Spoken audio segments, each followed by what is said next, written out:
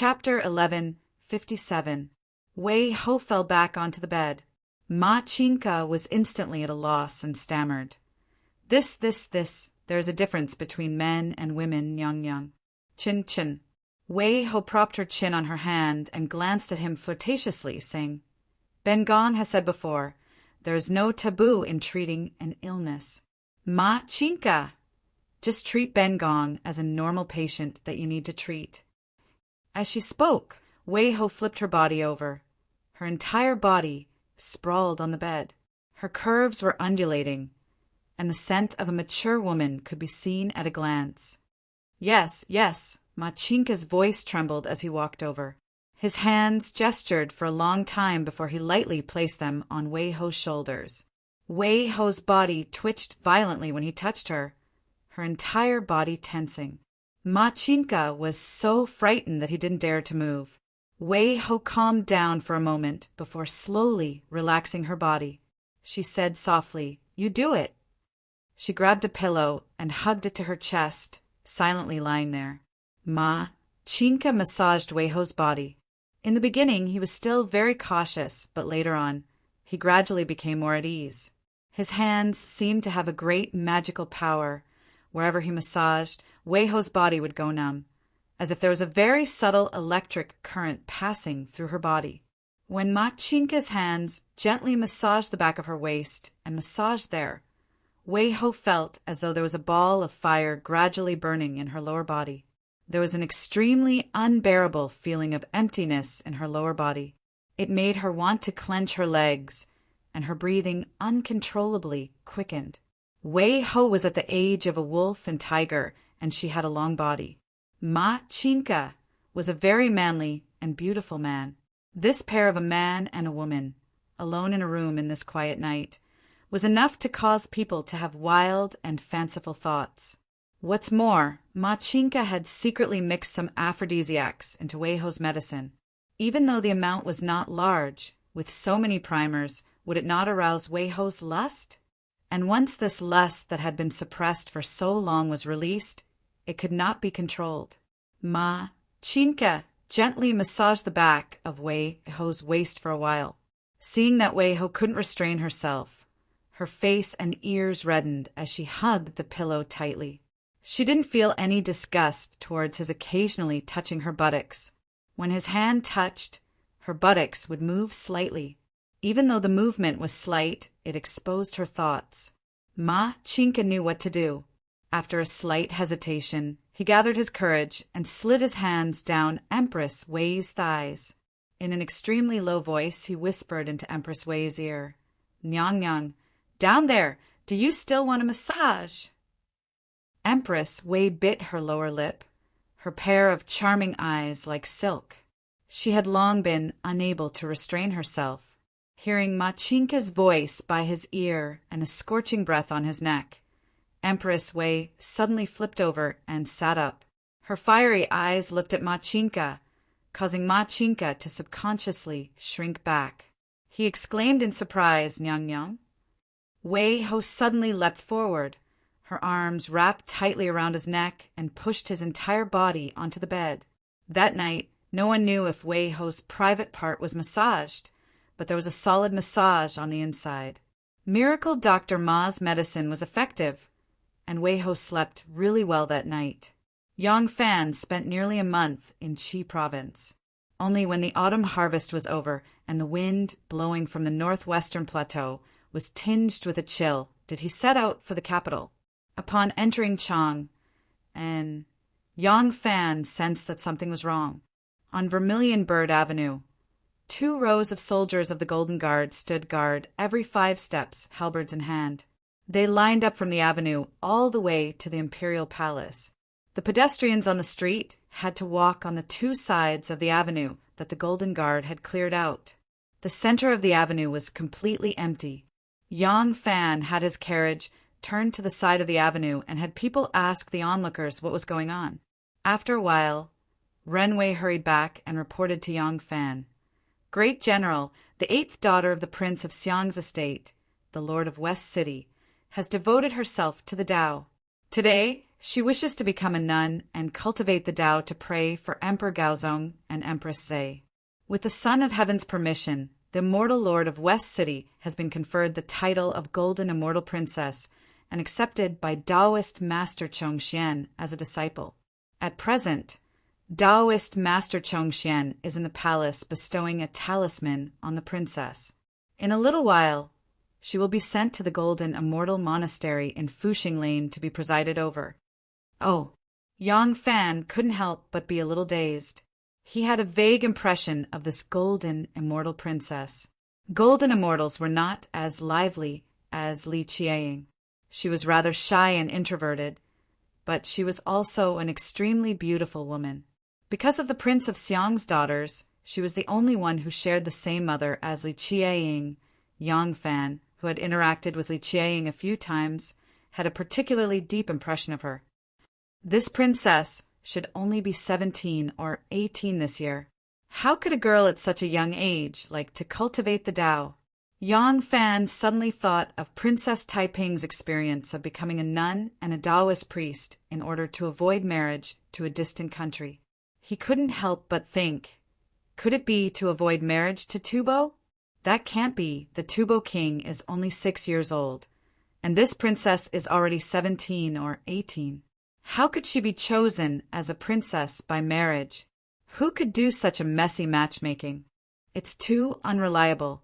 Just as Yang Fan thought of this, he heard Ran Wei say, I heard that the emperor wanted to marry her to Tubo Zanpu. The golden immortal princess knelt and begged, cried, and refused. The emperor refused to retract his order, so this golden immortal princess insisted on becoming a nun. She said that she became a nun to pray for her grandfather and grandmother. As a son, the emperor naturally couldn't refuse. Just as I thought, Yang Fan gently sighed. Thinking of this trip to Qi province, he couldn't help but smile bitterly to himself.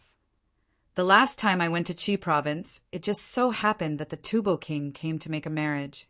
This time when I go to Qi province, the Tubo king also came to make a marriage. Could it be that I have the potential to become the Moon Elder? In the imperial palace, Chang'an's most famous Taoist, Shi Chongxian, personally bestowed the golden immortal princess with a talisman and bestowed the Dharma name Supreme Path. Then he was about to send her to the carriage pulled by a black ox. Accompanying the golden immortal princess to become a nun were 20 palace maids bestowed upon her by the imperial palace. These 20 maids all wore apricot yellow Taoist robes and held horsetail whisks in their hands, respectfully standing in front of the carriage. The Prince of Xiang stood under the altar with an ugly expression. Li Qiang stood behind him, looking at her sister with tears in her eyes. On the contrary, Li Bingyang's expression was very calm. She didn't even glance at her father, elder brother, or sisters. She only put her palms together and followed behind her master toward the ox carriage. In Yanjia Hall, Li Xian angrily paced back and forth. Preposterous! Preposterous! A little girl would rather become a nun than marry to Tubo. She even used my parents to pressure me, forcing me to agree. She let the world criticize me. She deserves to be punished. Empress Wei's complexion had been very good recently. Her cheeks were rosy like peach blossoms, but at this moment her complexion didn't seem very good either. She sneered at Li Xian and said, Xiqing has always been an honest girl. How could she be so scheming? There's no need to ask. This was the idea your good brother gave her. He's trying to imitate Taiping's actions. He wants to wait until this matter is over before having his daughter return to the secular world and marry. Li Xian gave a cold laugh, his expression somewhat savage. If she wants to become a nun, we will send her to become a nun and even organize a grand affair for her. If she wants to return to the secular world, that's impossible. Since she likes to become a nun, we will make her a nun for the rest of her life. Li Xian suddenly turned around and harshly retorted, although Xiqing has become a nun, does the Prince of Xiang not have any other daughters? We will rely on him for this matter of peace marriage. On the day after the golden immortal became a nun, another decree was delivered to the Prince of Xiang's estate. The emperor had named Shiqing as a nun, but the marriage could not be abandoned. The emperor once again appointed 10th mother Li Qiaying to be married to the 6-year-old Tibetan Zanpu. That year, Li Qiaying was 16. The golden immortal princess was the 8th mother, but the 9th mother had been betrothed before her. After the golden immortal became a nun, the Prince of Xiang only had 2 unbetrothed daughters left. One was 10th mother Li Qiaying, and the other was his youngest Guo. Upon receiving the decree, the usually honest Prince of Xiang could no longer endure it. He angrily tore the decree to shreds and roared at the eunuch who had delivered the decree. Yang Xixuan, that's my daughter! I won't allow her to be married off to the Tibetans. Go back and tell the emperor that if he can't tolerate this brother of his, he can come and have my head. I will not resist. If he wants to touch my daughter, there's no way. Ever since the divine dragon coup, Yang Xixuan had seen all of Li Xian's actions. Li Xian had repaid kindness with enmity. Even though Li Xian already held great power and had gathered all the military authority in his hands, he was still so unconfident and cold-blooded in constantly pressuring his brother. Yang Xixuan was extremely disgusted by this. When Zhang Zhenji and the others launched the divine dragon coup, Yang Xixuan, as a member of the inner guard, had also rendered great service. However, Li Xian had disbanded the inner guard the moment he ascended to the throne. Li Xian had treated the inner guard girls who had been dismissed from the palace with great leniency, bestowing them with many rewards. As for the eunuchs, because they were the emperor's servants, he completely ignored their feelings. Yang Xixuan had been given the cold shoulder for a long time. When Crown Prince Li Zhongjuan was plotting a rebellion, Yang Xixuan had rendered great service by beheading Huli, allowing him to once again be placed in an important position. However, his mindset had already changed. It was very difficult for him to feel any loyalty toward Li Xian. Now that he saw the Prince of Xiang's uncontrollable rage, Yang Xixuan couldn't help but feel distressed. Li Dan's spittle splashed onto Yang Xixuan's face, but he did not get angry. He only bowed to Li Dan and amiably said, "Your Highness, Prince of Xiang, please calm your anger. This servant is only a messenger of an imperial edict. Losing your temper like this is not a solution. If your Highness does not wish for the princess to be married off to Tubo, your Highness should think of a more appropriate solution." Yang Xixuan's amiable words made Li Dan realize that his anger was unreasonable. Moreover, from the tone of his voice, he seemed to be standing on his side. Li Dan bowed back to Yang Xixuan and apologized. "This prince has been rude." Yang Xixuan hurriedly said, "This servant cannot accept your Highness's bow. Your Highness, this servant has already passed on the edict and must return to the palace. Your Highness and a saint share the same mother, and you also contributed greatly to the divine dragon coup. Everyone in the world knows of this, and the saint is not a person with a heart of stone. If your Highness insists on refusing, presumably the saint will become soft-hearted. This servant will take her leave." Yang Xixuan gave Li Dan a meaningful glance, then bid his farewell and left. Li Dan's heart thumped as he thought to himself, "Those words of his, what do they mean?" Chapter 1158. Autumn was approaching. A gust of wind blew past, and yellow leaves rustled down. There were several persimmon trees, jujube trees, and hawthorn trees in the Yang family's courtyard, and their fruits were all ripe. Young Master Yang's favorite thing to do in his spare time was to climb up and down the trees and eat all kinds of fruits. When he was full, he would run to the flower hall, climb on the arhot couch, and squeeze to the side of his younger brother and sister, who could not climb yet. He rubbed his stomach and groaned. "My stomach is full and my teeth are sore. Mother, give me some maltose.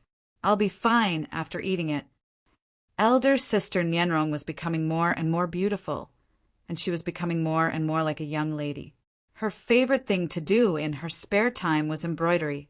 The mandarin ducks she embroidered were particularly beautiful, as if they were real.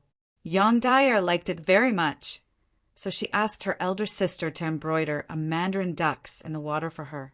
The second young master of the Yang family, Yang Ji, looked at his second sister's belly band and liked it very much, so he asked his elder sister to embroider a mandarin ducks in the water for him.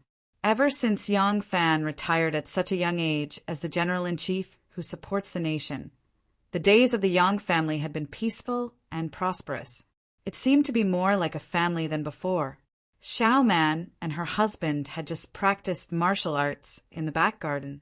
Xiao Man's kung fu had inevitably been neglected since she started to serve her husband and children at home, especially when she was giving birth to a child. Her kung fu had been neglected even more, while Yang Fan's kung fu had become more and more refined. After a round of practice, Yang Fan's expression did not change, but Xiao Man was sweating profusely. Xiao Man was wearing an arrow sleeve, and her face was flushed. Accompanied by Yang Fan, she walked to the front yard. The third sister had already left in advance and ordered someone to boil water for a bath. After chatting with her husband for a while, Xiao Man suddenly mentioned the Tubo marriage. Weddings and funerals were things that people liked to talk about the most, not to mention that the Prince of Xiang's daughter was going to marry Tubo. Xiao Man often went to the East Market to take care of her family shop, so she was particularly well informed. Lang Jun, I heard that after the Golden Immortal Princess became a nun, the Emperor appointed Shenyang, Li Qiang from the Prince of Xiang's mansion, to marry Tufan. In the end, Shenyang was also unwilling to marry, so she followed her sister's example and wrote a memorial to the Emperor, saying that she also wanted to become a nun and enter Taoism to pray for Emperor Gaozong and Empress Zei. Yang Fan listened quietly, recalling the scene of Wu Zetian's marriage with Tubo, and sighed faintly in his heart. Xiao Man angrily said, "For a girl, marriage is the most important thing in her life. How can the emperor do this and force other people's daughter to marry to Tubo?" Yang Fan sighed and said, You have been in the palace for so many years, don't you understand? Since it was a marriage, when was it up to women to choose? Who told her to be a daughter of the imperial family? Since she was born with a lofty status that others can never reach, with luxurious clothes and delicious food, and servants as many as clouds, then sometimes she naturally has to make sacrifices. Xiao Man rolled her eyes at him and said, Rong is 15 this year. If someone asked you to marry your daughter to a kid 10 years younger than her, with a runny nose, and this kid's family is far to the west of Yangguan, would you be willing? As soon as Yang Fan heard this, he flew into a rage and said, I dare. Whoever dares to come to my door and propose this marriage, I will slap him. I, Yang Fan's daughter. Xiao Man interrupted. What's wrong with your daughter? Isn't she born the daughter of a great general with luxurious clothes and delicious food, pampered and spoiled? Yang Fan said, then this he. Xiao Man said, Isn't it the same for a daughter of the imperial family? She can't choose which family she is born in. Her father was an emperor or a prince. How could he have raised her as a maid since she was young? Does she have to make such a sacrifice when she grows up? Yang Fan glanced at her and said, Why are you fighting for justice like this? Xiao Man said, It's not just me. In Chang, and whether it's aunts, wives, or girls, who doesn't say that the emperor is unreasonable? It's fine if he married his own flesh and blood, but in the end he married his own daughter. How much has the Prince of Xiang done? This is how he treats people. If you ask me, it's the right thing to do for you to be unemployed at home. Otherwise, given how the emperor treats his own brother so harshly, no one will have a good time at his side. Yang Fan listened to her angry words and found them particularly cute. He couldn't help but scratch her nose and pamper her as he did in the past. Okay, my Nuno likes to fight for justice again. Hurry up and take a bath. This kind of matter, we can just talk about it. Even an upright official finds it difficult to settle a family matter, let alone a matter of the imperial family. Although Xiao Man was already the mother of 3 children, she still liked to be pampered by Yang Fan like a child. She wrinkled her nose at Yang Fan and said in a spoiled manner, "You have a heart of stone. I'm not going to talk to you any more." Saying this, she flew to her bedroom. Yang Fan smiled and looked back. His gaze swept over the top of the wall and suddenly saw a snow-white figure.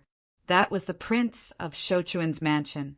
At the beginning of the year, a small building had been built in the mansion. From the upper floor, one could see the situation in Yang Fan's courtyard. From here, one could naturally see the person standing on the upper floor. With just one look, Yang Fan recognized that the young girl dressed in snow-white clothes was Li Qiang. Although compared to the girl in his impression, this girl was taller, her face thinner, and her facial features were more beautiful and charming. But there wasn't much change in her figure and charm. Yang Fan stopped because Li Qiang was standing upstairs, quietly staring at him. How could he pretend not to see her? The two people looked at each other for a long time across the wall. Li Qiang suddenly turned around and left. Yang Fan still stood there, stunned for a long time, and then sighed softly. He was about to turn around and leave when he suddenly saw a rope protruding from the tree opposite him. The rope even trembled a little. Something flashed in Yang Fan's mind. His face suddenly changed color, and he said, "Not good."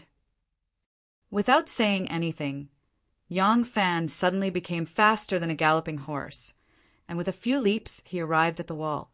His body leaped up, the tip of his foot touched the wall.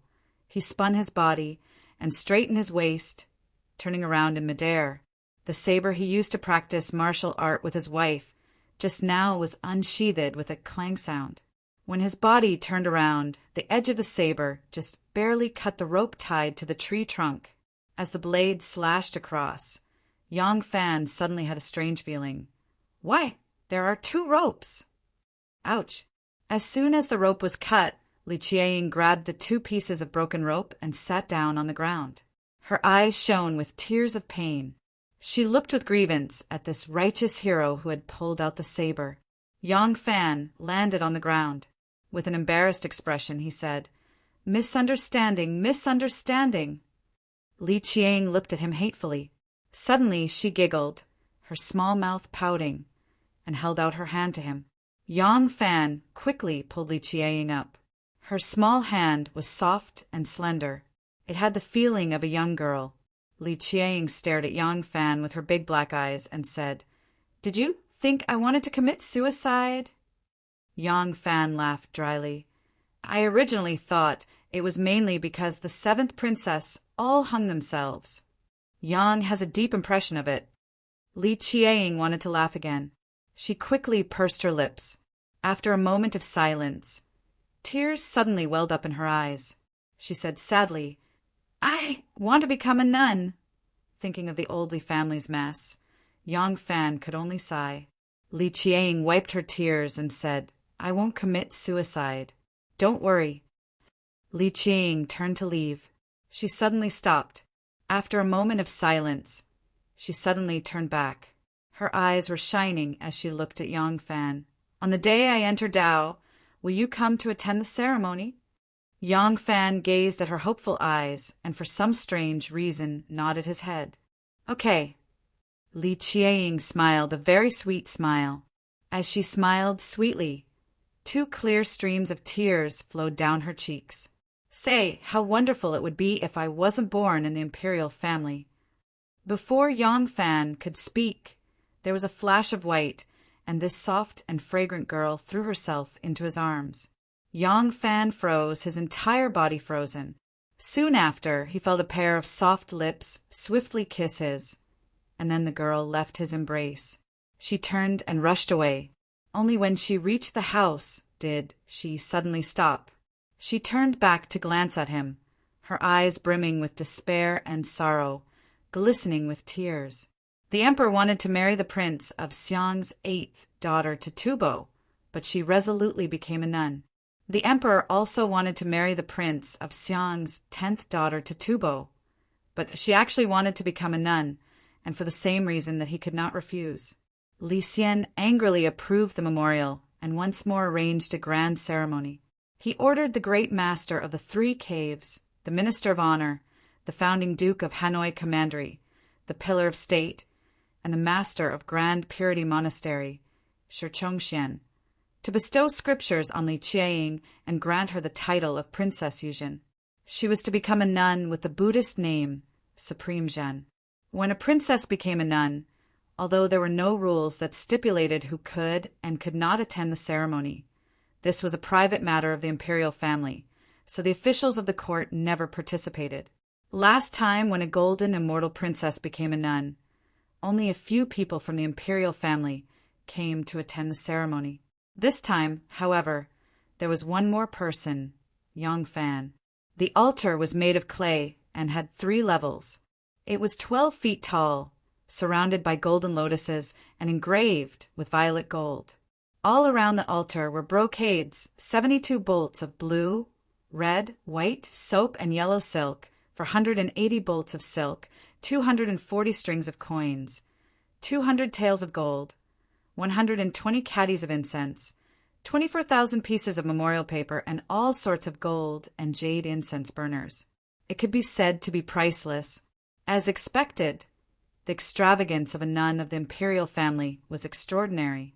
If even a nun needed such extravagance, then perhaps it would be an extravagant hope for an ordinary person to become a nun. Today, besides the Prince of Xiang, Princess Taiping, and the Prince of Xiang's eldest son, second son, and daughters, there was not a single member of the imperial family. Everyone knew that 2 women from the Prince of Xiang's estate had become nuns, which was a form of retaliation and contempt toward the emperor, who would be willing to appear at this time. However, Yang Fan had come, wearing a violet ribbon and jade belt, dressed in full court robes. Princess Taiping was rather surprised to see Yang Fan. After he met the surprised Prince of Xiang and retreated to her side, she asked in a low voice, "Why have you come?" Yang Fan looked up at the platform and answered, "I was invited by Princess Yuzhen." Taiping froze and couldn't help but glance at the praying Li Qiaying on the platform. For a moment, she couldn't figure out the relationship between Yang Fan and her. If the two had an affair, Yang Fan wouldn't have told her so openly. But if they didn't, could Yang Fan and that girl Qiaying have any sort of friendship? Chapter 1159. Li Qiaying had her palms pressed together and did not see Yang Fan, but the golden immortal princess did. The golden immortal princess had become a nun, and her Buddhist name was Supreme Path. She had the same master as Li Qiaying.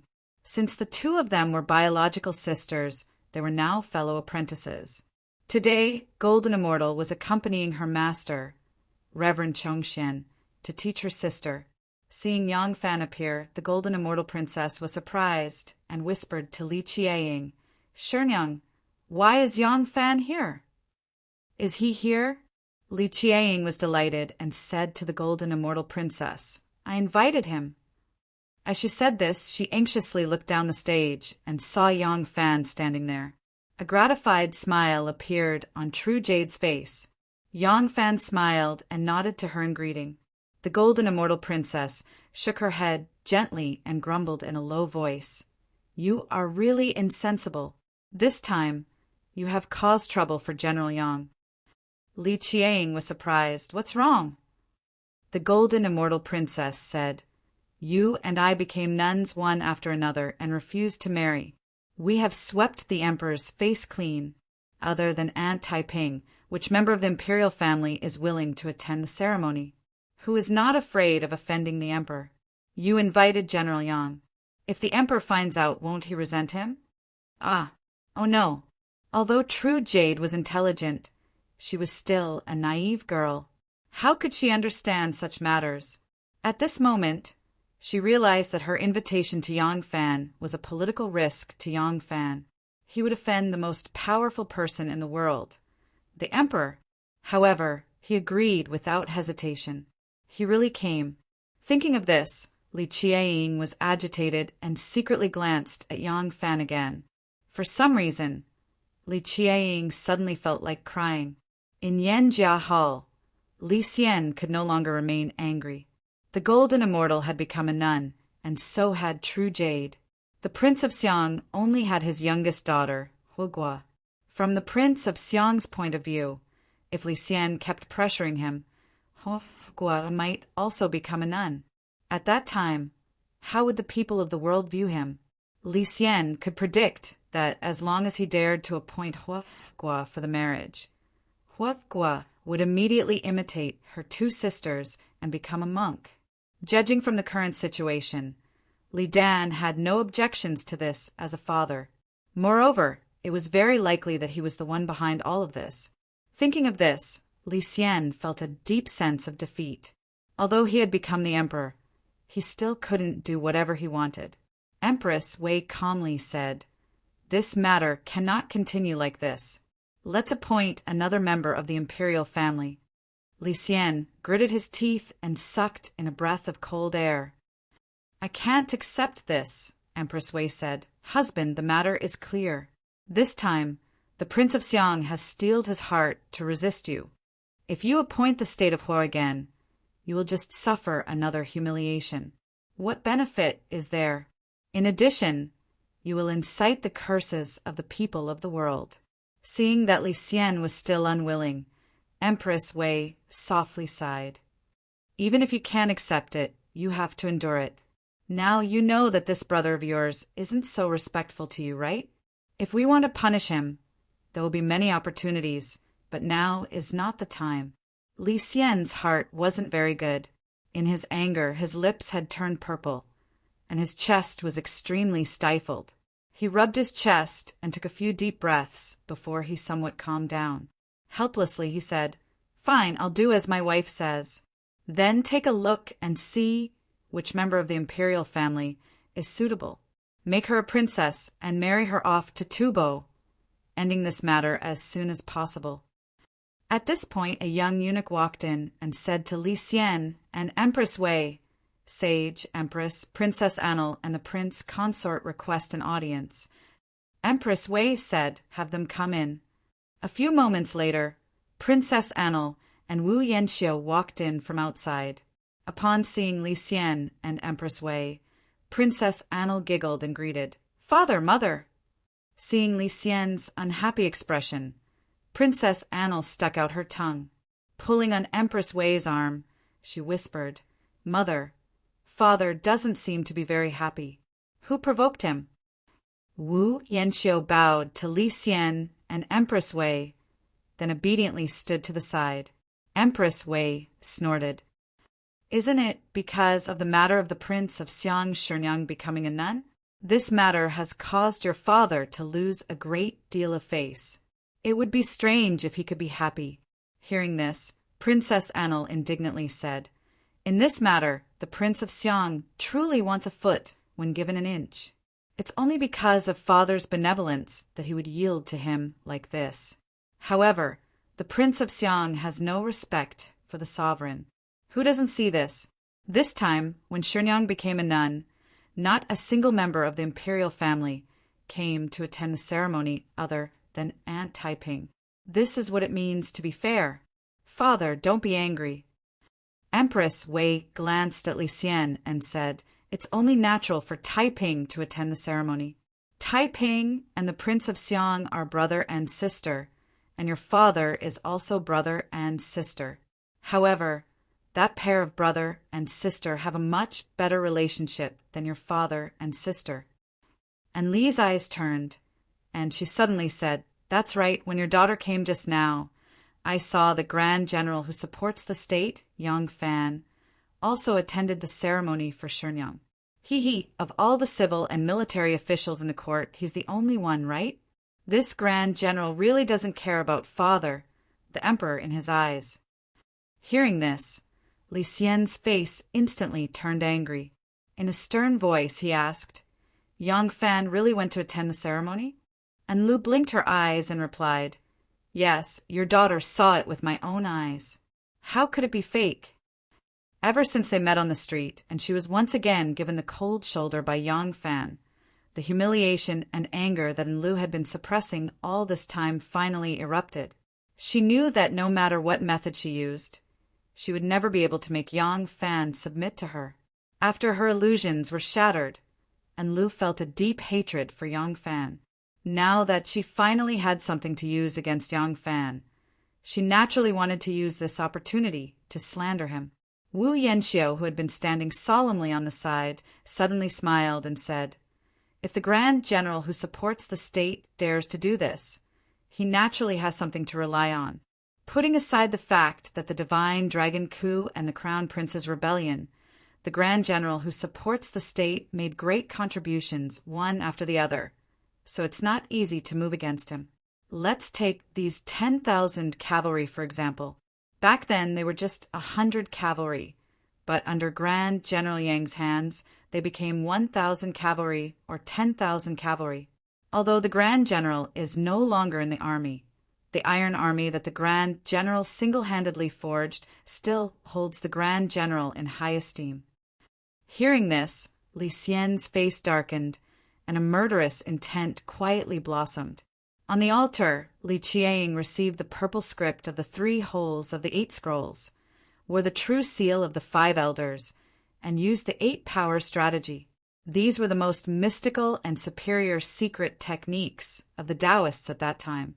According to the Taoists, after the princess received the teachings of Taoist Master Chongxian, and the 3 Taoists who had attained the Tao testified, she received this spiritual treasure and instantly rose 4 levels of the immortal step. She could be considered a female cultivator who had attained the Tao. After the bestowment of the 8 scrolls and the wearing of the talismans, Li Qiang put on the 8 treasures Taoist robe and followed her master and senior sister down the altar.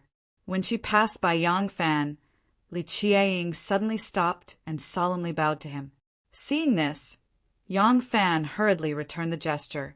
Li Qiang gave him a mischievous smile, then glanced at her father, brother, and sisters before following Taoist Master Chong Xian to the ox cart. Because she had become a nun, the imperial clan temple urgently vacated a Taoist temple and renamed it Yujin Temple. It could be considered as her place of cultivation. As Yang Fan gazed at Yujin's innocent and unaffected smile, his heart suddenly ached. This 16-year-old girl probably still did not understand what it meant to become a nun and cultivate. From now on, her youth would be buried in this Taoist temple, and her fine black hair would turn to snow. Yang Fan sighed. Dispirited, he turned and bowed to the Prince of Xiang and Princess Taiping, then strode away. The Prince of Xiang was extremely surprised by Yang Fan's appearance on the viewing platform today, but at the same time he was also extremely moved. When he saw Yang Fan bow, he hurriedly and solemnly returned the gesture. Princess Taiping whispered a few words to the Prince of Xiang, then quickly chased after Yang Fan. "Erlang." When Yang Fan heard the call, he immediately stopped and waited for Princess Taiping to catch up to him. Only then did he walk out, shoulder to shoulder. Princess Taiping asked, "Why did Erlang come to Shenyang's initiation ceremony today?" Yang Fan replied, "When I was in the estate a few days ago, I happened to see a rope swaying on a tree outside the wall. I thought that someone had taken things too hard and wanted to commit suicide, so I hurriedly jumped over to help. I didn't expect it to be Princess Yujin playing on a swing in her brother's estate. It was a misunderstanding. When I was about to leave, Princess Yujin suddenly said that she was about to become a nun and invited me to attend the ceremony, so I came." Princess Taiping angrily said, "A little girl doesn't know what's important, and you don't know what's important either? Do you know what your appearance here today means to the emperor?" Yang Fan indifferently replied, "Of course I know. Isn't it just losing the Sacred Heart? In truth, when I tried my best to deny that I was involved in the Crown Prince's death, I had already lost the Sacred Heart. Now that I'm idle at home, what can His Majesty do? Kill me?" Princess Taiping looked at him in shock, her expression changing. "Erlang, do you know what you're saying?" Yang Fan halted his steps and turned around to stare at her. "Of course," he said. "Do I look like I've drunk wine?" Princess Taiping anxiously looked to the left and right and approached Yang Fan. "Erlang," she said in a low voice, "what do you mean?" Yang Fan raised his head to look at the sky. The sky was overcast. It was a cloudy day. Because of the dark clouds, the sun was only showing a faint silhouette, completely losing its power to illuminate the earth. Yang Fan was silent for a while. Then he said in a low voice, "Do you think that the sun that is covered by the dark clouds, when it appears again, will it still be the same sun?" "Of course it will," Princess Taiping replied. "Is that so?" Yang Fan smiled. "Is that so?" he asked. "Is the white horse a horse?" Taiping was stunned. Yang Fan laughed out loud and left in big strides.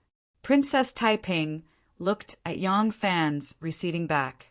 She suddenly thought of something, and her countenance changed abruptly. After Princess Enlu and Wu Yanxiu had finished criticizing Yang Fan in front of the emperor, they pestered Li Xian to go to the treasury to look for treasures. It turned out that 2 days ago, Empress Wei's favorite minister, Zhong Chuk, held a banquet for guests and friends. He took out his meticulously collected calligraphy of Wang Shiji and Wang Xianji and mounted them into 12 screens to show off to the public. Such rare treasures were indeed rare.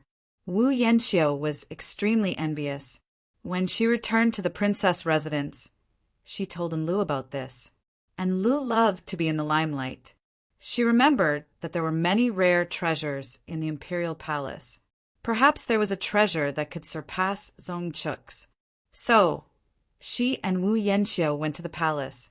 Li Xian doted on his precious daughter very much. He could not resist her pleading and said, "Fine, fine. You and the prince consort can go to the treasury and take a look. If there's anything you like, feel free to take it." And Lu was overjoyed and said, "Thank you, father. Father treats Guo are the best." Li Xian laughed. "You little girl, if father doesn't love you, who else would I love?" And Lu had achieved her goal. She happily bade farewell to her father and mother. She pulled Wu Yanxiu along and rushed to the treasury of the imperial palace. She was going to bid farewell to Zhong Chuk. When she arrived at the treasury, she only cared about the calligraphy and paintings. In less than an hour, she had picked out more than 20 authentic works of Wang Shiji and Wang Xinji. Among them, the most valuable was the authentic preface to the Orchid Pavilion.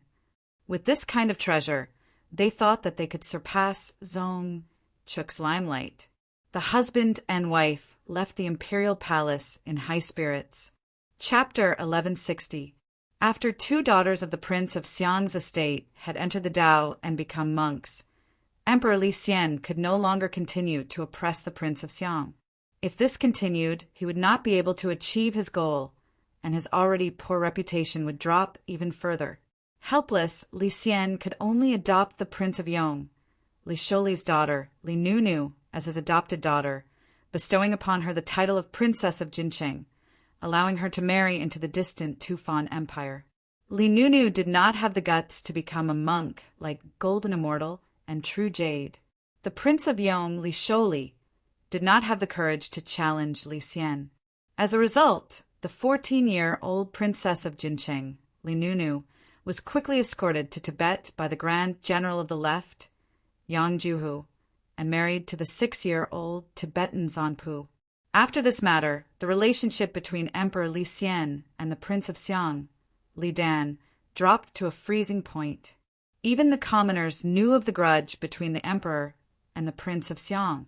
However, now that Li Dan had handed over his military authority, he didn't even leave his residence every day. He could only cautiously pass his days in the prince's mansion. He had made great contributions, and now that he had not made any mistakes, Li Xian couldn't do anything to him. For the time being, it was a peaceful situation. Ever since Yang Fan became the general-in-chief who supports the nation, other than appearing in court during the Grand Assembly, he had basically faded out of the court. He spent every day with his wife, concubines, and children. Occasionally, he would accompany Xiao Man, who deeply sympathized with the plight of the 2 princesses of the Prince of Xiang's estate, to the Jade Truth Temple. The Yuzhen Temple was located in Longqing Square, and it was built next to the Longqing Pool. It was originally called the Sanqing Temple, but because Li Qiang was in a hurry to become a nun, They didn't have time to build a new one for her. Therefore, they hurriedly tidied up the place and chased a few Taoist priests to another Taoist temple. They changed the plaque, and it became Li Qiang's place of cultivation. Although it was called cultivation, Li Qiang's life was not much different from before. She was still living a life of luxury with countless servants. The only difference was that she had more time to do her homework. In terms of food and drink, if she did not want to be vegetarian, as the head of the monastery, all the female Taoists in the monastery were her palace maids, who would be willing to meddle. Today, Princess Yuzhen set up a banquet to entertain Yang Fan and his wife. She ordered people to prepare a banquet with wine and fish. However, she was a young lady and her diet was light, so she didn't eat too much meat. The Golden Immortal Princess was also at the Jade Truth Monastery. These two sisters often met. Rather than saying that they were cultivating, it would be more accurate to say that they treated this monastery as a courtyard for the prince of Xiang's estate. It was more suitable for them to cultivate here. After the banquet, the Golden Immortal and True Jade accompanied the second-rank honored madam, Xiaoman, to the rear courtyard to drink tea and discuss the Tao. Meanwhile, Yang Fan brought Gu Er and Ren Wei for a stroll through the bamboo forest to aid their digestion. It was already late autumn, and the bamboo leaves were beginning to turn yellow, losing the elegant taste of the slender bamboo. After strolling for a while, Yang Fan asked Ren Wei, "Have Sun Long, Pei Yao, Zheng Li, and the rest followed my instructions to Luzhou, present-day Shaanxi?" Ren Wei replied, "Following sect heads' instructions, these people have all headed to Luzhou separately. Currently, those who arrived first are in Luzhou making connections with the local officials and nobles. They are purchasing land, buying residences, and opening up shops for grain, cloth, salt, horses, etc." Yang Fan nodded with satisfaction and asked, "These people's identities are extremely secretive." Ren Wei replied, "Sect head can be rest assured. These people were either recruited by our evident sect in recent years, or their original identities are extremely secretive. The hidden sect will not be able to detect their true identities." Yang Fan smiled and said, "That's good. The Prince of Xiang's estate's third son, the Prince of Linzi Lilongji, is currently serving as a consort in Luzhou. You can ask Zheng Li to find ways to curry favor with him. This child is rather ambitious and has the intention to do something big locally. If he knows that Zheng Li is going to build a large horse farm in Luzhou, he will definitely support it with all his might. Give him whatever the Prince of Linzi wants. Give him money, silk, and women. He will fulfill all his requests. This is the fastest way for us to establish a connection with the Lu province officials.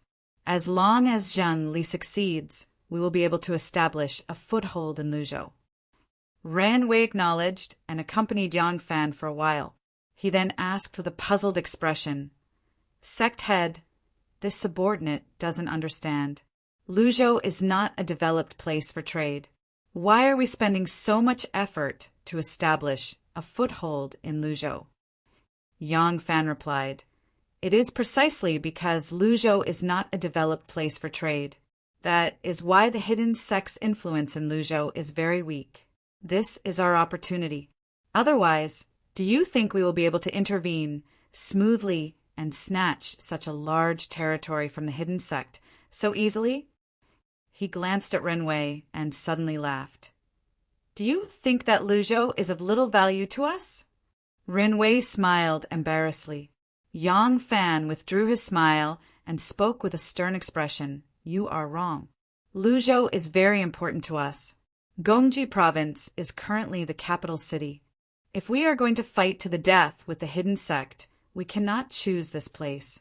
Otherwise, once the imperial court finds out, everyone will be finished. Then where can we choose?" Yang Fan stretched out his hand and casually pointed in the air. "The west is Longyu, which is the hidden sect's foundation. Even if we use all our strength, we can forget about uprooting it. In order to defeat the hidden sect, we can only use the method of weakening them step by step. In the east and south, our strength is stronger than the hidden sect. Once we make a move, we will be able to eliminate their forces quickly. To us, the hardest to deal with is the hard bone that is the Hebei province. Ran Wei seemed to understand and said, "This subordinate understands. Sect head wants to control Luzhou and then separate the Longyu province from the Hebei province." Yang Fan nodded and said, "That's right. The Hebei province is not only an extremely important territory for the hidden sect, but it is also connected to the hidden sect's trade with Korea and Japan. When we are able to control Luzhou firmly, it will be the time for us to launch an attack on the hidden sect's forces in the Hebei province. As long as we take over the Hebei province." Yang Fan let out a cold laugh. Ran Wei understood and immediately continued. "By then, our obvious sect will be able to use the prestige of victory and gather the forces from the north, east, and west to encircle and annihilate Longyu. Even if we can't annihilate them, we can still chase them back to Longyu and force them to hole up. From then on, our obvious sect will be able to unify the central plains." Yang Fan laughed heartily while Ran Wei rubbed his fists and said, "This subordinate understands. This subordinate will definitely do his best and manage Luzhou well for sect head." Yang Fan nodded and said, "It is extremely important for Zhang Li and the others to complete their mission. Their identities are considered top secret. In the future, if I have any instructions, I will give the order to you directly. You will be the one to contact them. You must not let anyone else do it. You must ensure that their identities will not attract the hidden sect's attention." "Yes." After Lu Binji finished reading a small piece of paper, he flicked it lightly and threw it into the brazier. The paper quickly turned into a pile of ashes. Lu Binji spoke arrogantly and proudly. "The obvious sect and hidden sect are finally going to fight." Dingyu used a bamboo ladle to scoop a bowl of tea for him and gently pushed it in front of Lu Binji. He smiled and said, "Young master seems to be a little impatient." Lu Binji smiled and said, "That's right. I have been impatient for a long time. However, I am also clear that they will not make a move so quickly. Before the troops are mobilized, the rations and fodder are already in advance. They will definitely make ample preparations before they think about making a move. This is also our chance. With the obvious sect and hidden sect's massive forces and how secretive their forces are, even if we use the army to annihilate them, we will not be able to do anything. If the two sects use some martial artists to fight and kill, it will not harm their vitality. Their true battlefield will not see blood, but it will also be the most damaging. At that time, their strength will truly be exposed. We will then be able to sit on the mountain and watch the tigers fight. When the obvious sect and hidden sect are mutually injured, they will come out to clean up the mess. We will then take over and rebuild the succession hall." Dingyu said excitedly, "This subordinate understands. Then, when the obvious sect and hidden sect are preparing their troops, should we not interfere in order to avoid alerting them?" Lu Binji nodded and said, "Of course," but Lu Binji rubbed his chin and muttered, "In the north, in terms of foundation, who can compare to our Lu clan? Of course, we cannot help. But if we don't help at all, it seems like we aren't fulfilling our responsibility as the host." His smile was a little sinister, and Dingyu couldn't help but ask, "Then young master plans to—" Lu Binji said, "Let our men in Lu province try to provide some convenience to Yang Fan's men and help them establish a foothold in Lu province as soon as possible." Dingyu smiled knowingly and said, "This subordinate understands." Yang Fan and Xiao Man stayed at Yujin Temple until the evening before leaving. The couple came out of Yujin Temple and drove back to their mansion. But as soon as they entered the mansion, Mo Xuanfei whispered in Yang Fan's ear, "Ah Leng, Shangguan Jiarong has arrived." Yang Fan nodded and informed Xiao Man before walking to the back garden. There was a small building in the back garden. This was where Wan and Yang Fan met after leaving the palace.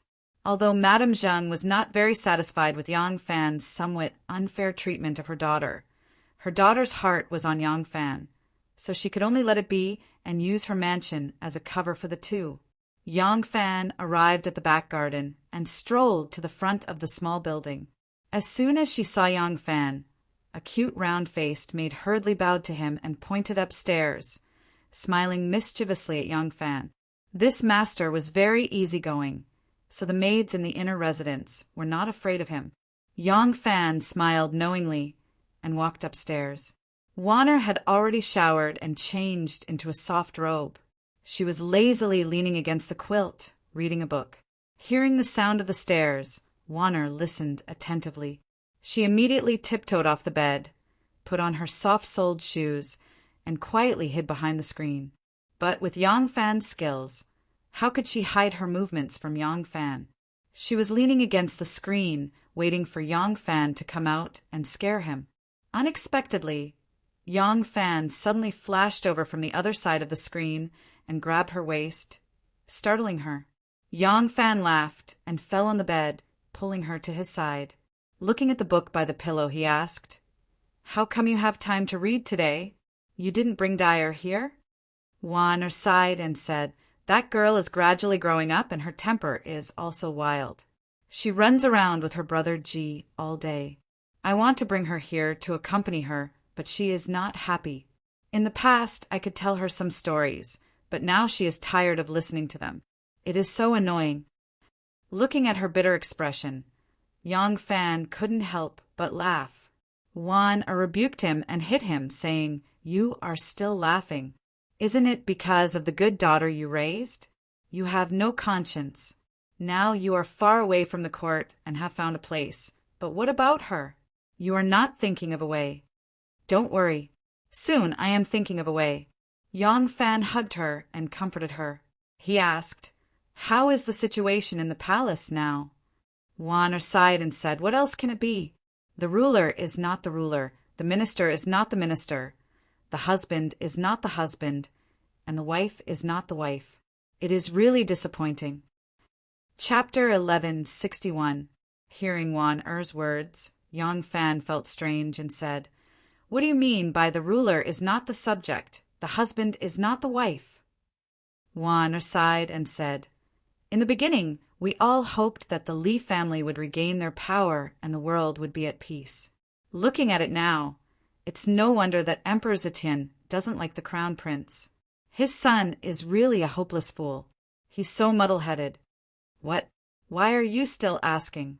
Tell me, what has he done since he ascended the throne? Now he spoiled Princess and Lu even more. He always said that when he was exiled to Fangzhou, he gave birth to Enlu halfway and didn't even have time to prepare a baby. He felt sorry for his daughter. Now that he was the emperor, he had to treat her better. It was one thing for Enlu to take away the treasured works of the two princes in the palace, but even the official positions were given away by Enlu. Enlu and her sister, Princess Changning, competed for wealth. Their mansions were decorated with flowers, and it was hard to tell who was better. And Lu wanted to get the Kunming pool to win over Chongning. Could the Kunming pool be given as a gift? It was such a big lake, and many people depended on it to survive. The emperor refused, so she marked a piece of land on the outskirts of the city and forcibly drove away the local people. She wanted to dig a lake that was even bigger than the Kunming pool. She even named it Kunming Pool. But to build such a big lake, the money was like running water. And Lu didn't have that much money, so she sold official positions. As long as you could pay the price, she would guarantee you an official position. After receiving the money, she wrote an imperial edict and asked the emperor to approve and stamp it. She covered up the content in advance, leaving only the space for the emperor to stamp it. The emperor didn't even ask her what she was writing. Have you ever heard of such a preposterous thing since ancient times? Hearing this, Yang Fan's mood was inexplicably depressed. Wana said that's not all. She still wants to be the crown princess. Yang Fan opened his eyes wide in surprise and said, last time she wanted to be the crown princess and caused a change in the crown prince. She still dares to ask to be the crown princess? Warner said, yes, I thought it was just a joke. Now it seems that she took it seriously. Yang Fan remained silent. Wan said, "Let me ask you, which prince dares to take the initiative to ask the emperor to appoint him as the crown prince?" Anyone who dared to covet the treasures would have an obvious ending as a woman, and Lu actually made such an absurd request. The emperor should have sternly reprimanded her. Guess what the emperor said? Wan shook her head and smiled bitterly. The emperor said, "If you want to be the Empress Dowager, wait until your mother becomes the Empress Dowager." Emperor Zetian almost wiped out the entire Li clan. How long has it been since then? He's completely forgotten about it. What empire? In the eyes of our emperor, he's not the emperor. He's just the master of the Li clan. At this point, both of them became silent. After a long time, Yang Fan looked at Shanghai Wanner and said, "Wanner, before I completely withdraw from the court, I want to do one more thing." Wanner raised her eyebrows and looked at him questioningly. Yang Fan said, "The mistake was made by me, so I should redeem it. Moreover, after I leave, even though I don't have military power, at least I will still have glory, splendor, wealth, and a frightening title, general who supports the nation. But those brothers who have gone through fire and water with me are still in the army. After the Wei brothers took over the Yulin Royal Guards, they're wantonly expelling dissidents. In time, those good brothers will not have a good ending. So, I want to do one thing." Wanner was clever and had been by the emperor's side for more than 20 years. Hearing this, she understood. Her expression couldn't help but change. She said in shock, "Lang Jun, do you want to?" Yang Fan nodded lightly. Wanner suddenly threw herself into his arms, her delicate body trembling. This matter had clearly shocked her. Yang Fan gently stroked her back and said in a joking tone, "Don't worry. It's not the first time I've done this. Practice makes perfect." Both of them were so focused on this topic that they inadvertently skipped over the matter of husband and wife are not husband and wife.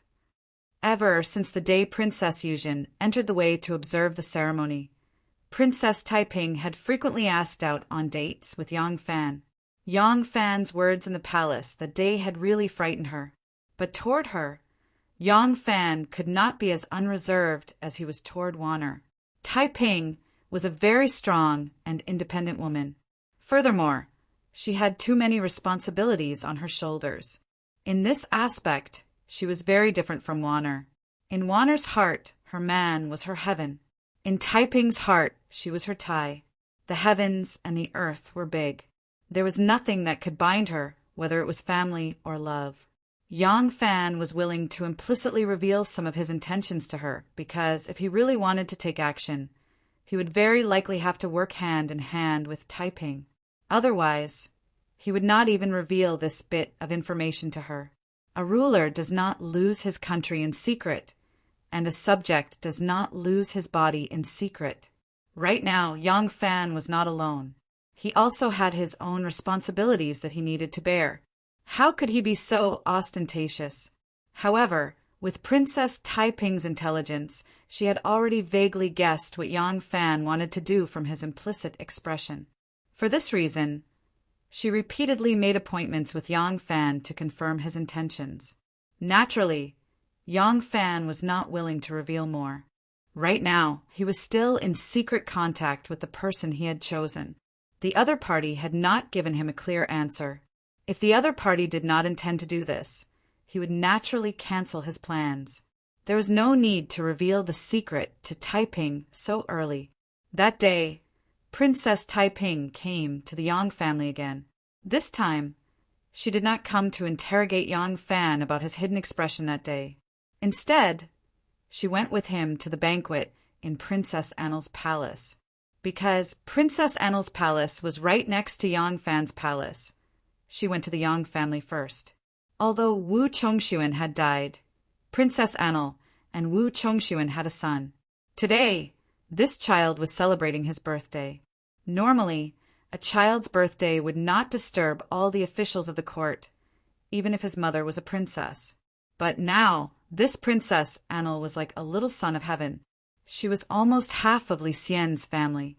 Naturally, it was a different matter. Furthermore, Li Xian doted on his daughter. Today, he specially came out of the palace with the Empress to attend the banquet in Princess Annel's palace. He specially ordered all the civil and military officials of third rank and above, as well as members of the imperial family, to attend. Even Princess Taiping had no choice but to lower herself and come to celebrate her grandnephew's birthday. Taiping sat in the Yang family for a while and ate 3 bowls of green tea. Just as she was about to walk with him to Princess Annel's palace, the doorman Mo Xuanfei suddenly came in with a female Taoist. The female Taoist looked to be about 16 or 17 years old. She had bright eyes and white teeth and a charming appearance. Seeing Yang Fan walk over, Mo Xuanfei hurried forward and reported, "Ah Lang, this Taoist nun is from Jade Truth Temple. She says she has an important matter to discuss with Ah Lang." Oh, Yang Fan looked at the little Taoist nun with surprise. She seemed somewhat familiar, but he could not remember her name. Yang Fan had visited the Yuzhen monastery several times, so the little Taoist priestess recognized him. She hastily bowed in greeting, but suddenly she realized something was wrong. With a blushing face, she hastily cupped her hands in greeting, making Yang Fan want to laugh. When the little Taoist nun saw Yang Fan smile, her expression became even more bashful. Twisting her fingers, she said with embarrassment, "This humble Taoist Ningxiang is here on the orders of Jade Truth Temple's Master Wushang to invite the great general." Yang Fan said, "Oh, I was just about to attend a banquet at Princess Annel's palace. Little Taoist nun, please reply to Master Yuzhen that I will pay a visit later." The little Taoist nun Ning Xiang agreed. She stammered, but Master Yuzhen said that the matter is very urgent and requests the great general to go over immediately. Yang Fan frowned slightly and thought, what urgent matter could that little girl Chiang have? He said, "I understand. I am going to Princess Annel's palace to attend a banquet. It cannot be delayed. After the banquet, I will go to Jade Truth Temple." The little Taoist nun Ning Xiang did not dare to say anything else. She could only agree. She stole a glance at Princess Taiping and left in a panic. Yang Fan felt that the side was a little quiet. He turned his head and saw Princess Taiping looking at him with a strange expression. He could not help but ask, "What is it?" Princess Taiping slowly walked 2 steps forward. She hesitated and asked, "Erling, you, what is your relationship with Chiang?" Yang Fan raised his eyebrows and stared at Taiping. A smile gradually appeared in his eyes. "What relationship do you think I have with her?" Taiping's face began to turn red. She angrily stamped her feet and said, "You know what I mean." Yang Fan sighed. "Don't let your imagination run wild. What relationship can I have with that silly little girl?"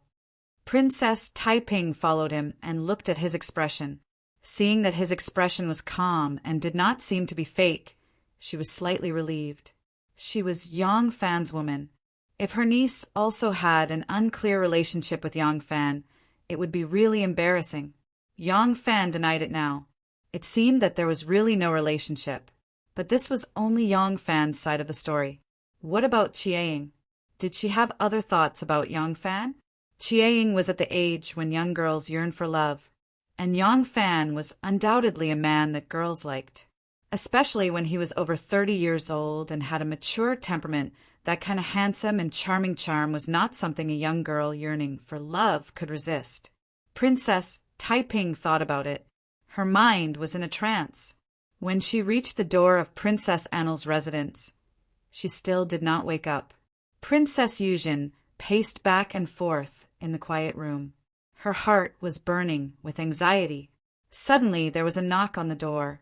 Princess Yuzhen stopped in her tracks and shouted, "Is it Ning Xiang? Come in quickly." The door was pulled open.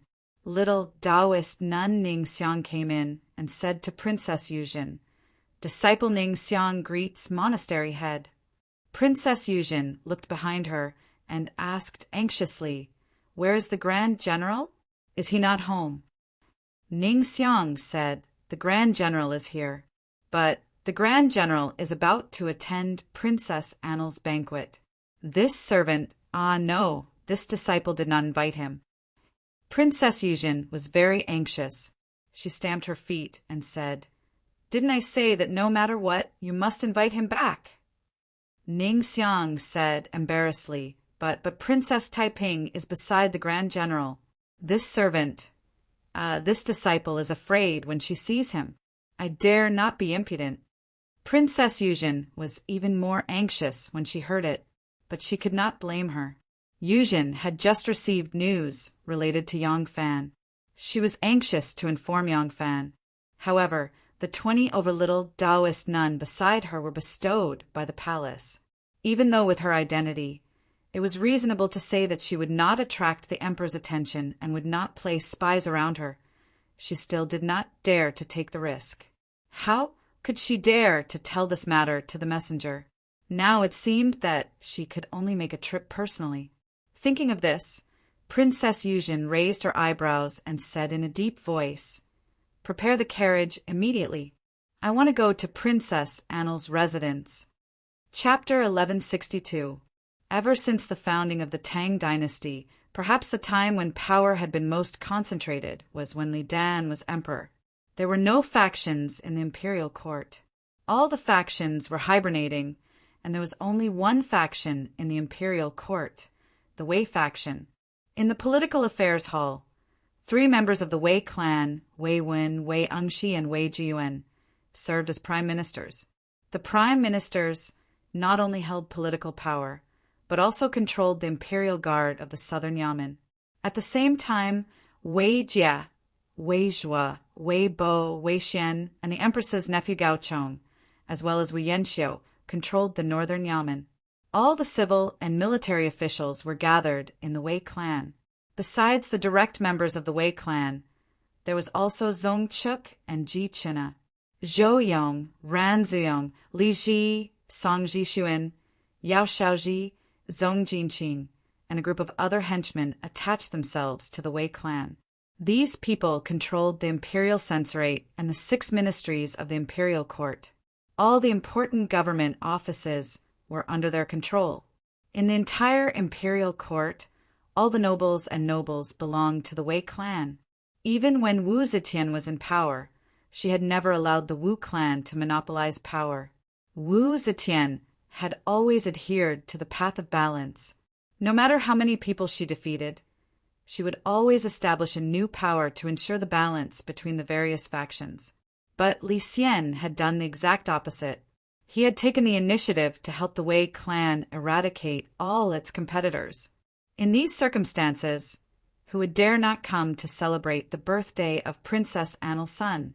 Did they not see that even the Prince of Xiang and Princess Taiping had no choice but to come and celebrate the birthday of their grandnephew? All sorts of precious gifts, which had not been transported away in time, were piled up on both sides of the ceremonial gate. The residence was filled with important ministers dressed in scarlet. If one was not dressed in scarlet, one would not even have the right to go in and drink water. To be able to leave a gift behind was already giving one a great deal of face, so one could happily leave. Princess and Li's son had just turned 5 this year.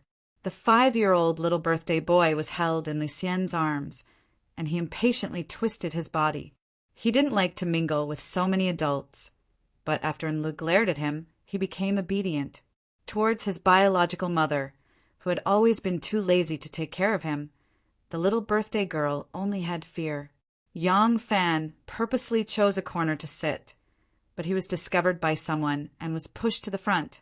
Although the people who appeared in Princess and Li's residence today were all important people with great authority, there weren't many major second-rank officials. Not only was Yang Fan a second-rank official, he no longer had any real power, so everyone respectfully arranged for him to be with those old fellows who had already retired. As far as the eye could see, all around him were white-haired former prime ministers and former ministers. Yang Fan sat among them, like a crane in a flock of chickens. Of course, he knew that this was Princess and Li's intentional arrangement. He had already seen Princess and Li's proud gaze, and this was Princess and Li's residence. How could she not ask for her opinion on the seating arrangement? However, Yang Fan did not feel humiliated. He was not familiar with these former high-ranking officials. Sitting among them saved him from being harassed. He only cared about calmly drinking his own wine and eating his own food. Since he was already here, he might as well take things as they came. Seeing Princess and Lu deliberately humiliate Yang Fan, Princess Taiping was initially quite worried, afraid that Yang Fan would not be able to restrain himself and become hostile on the spot. Seeing him calm and collected, she relaxed. Empress Wei sat at the seat of honor and presented a large night pearl to the birthday boy as a gift. The birthday boy was very interested in this round and smooth pearl. He happily accepted it and played with it with his two small hands. Empress Wei smiled at Li Xian.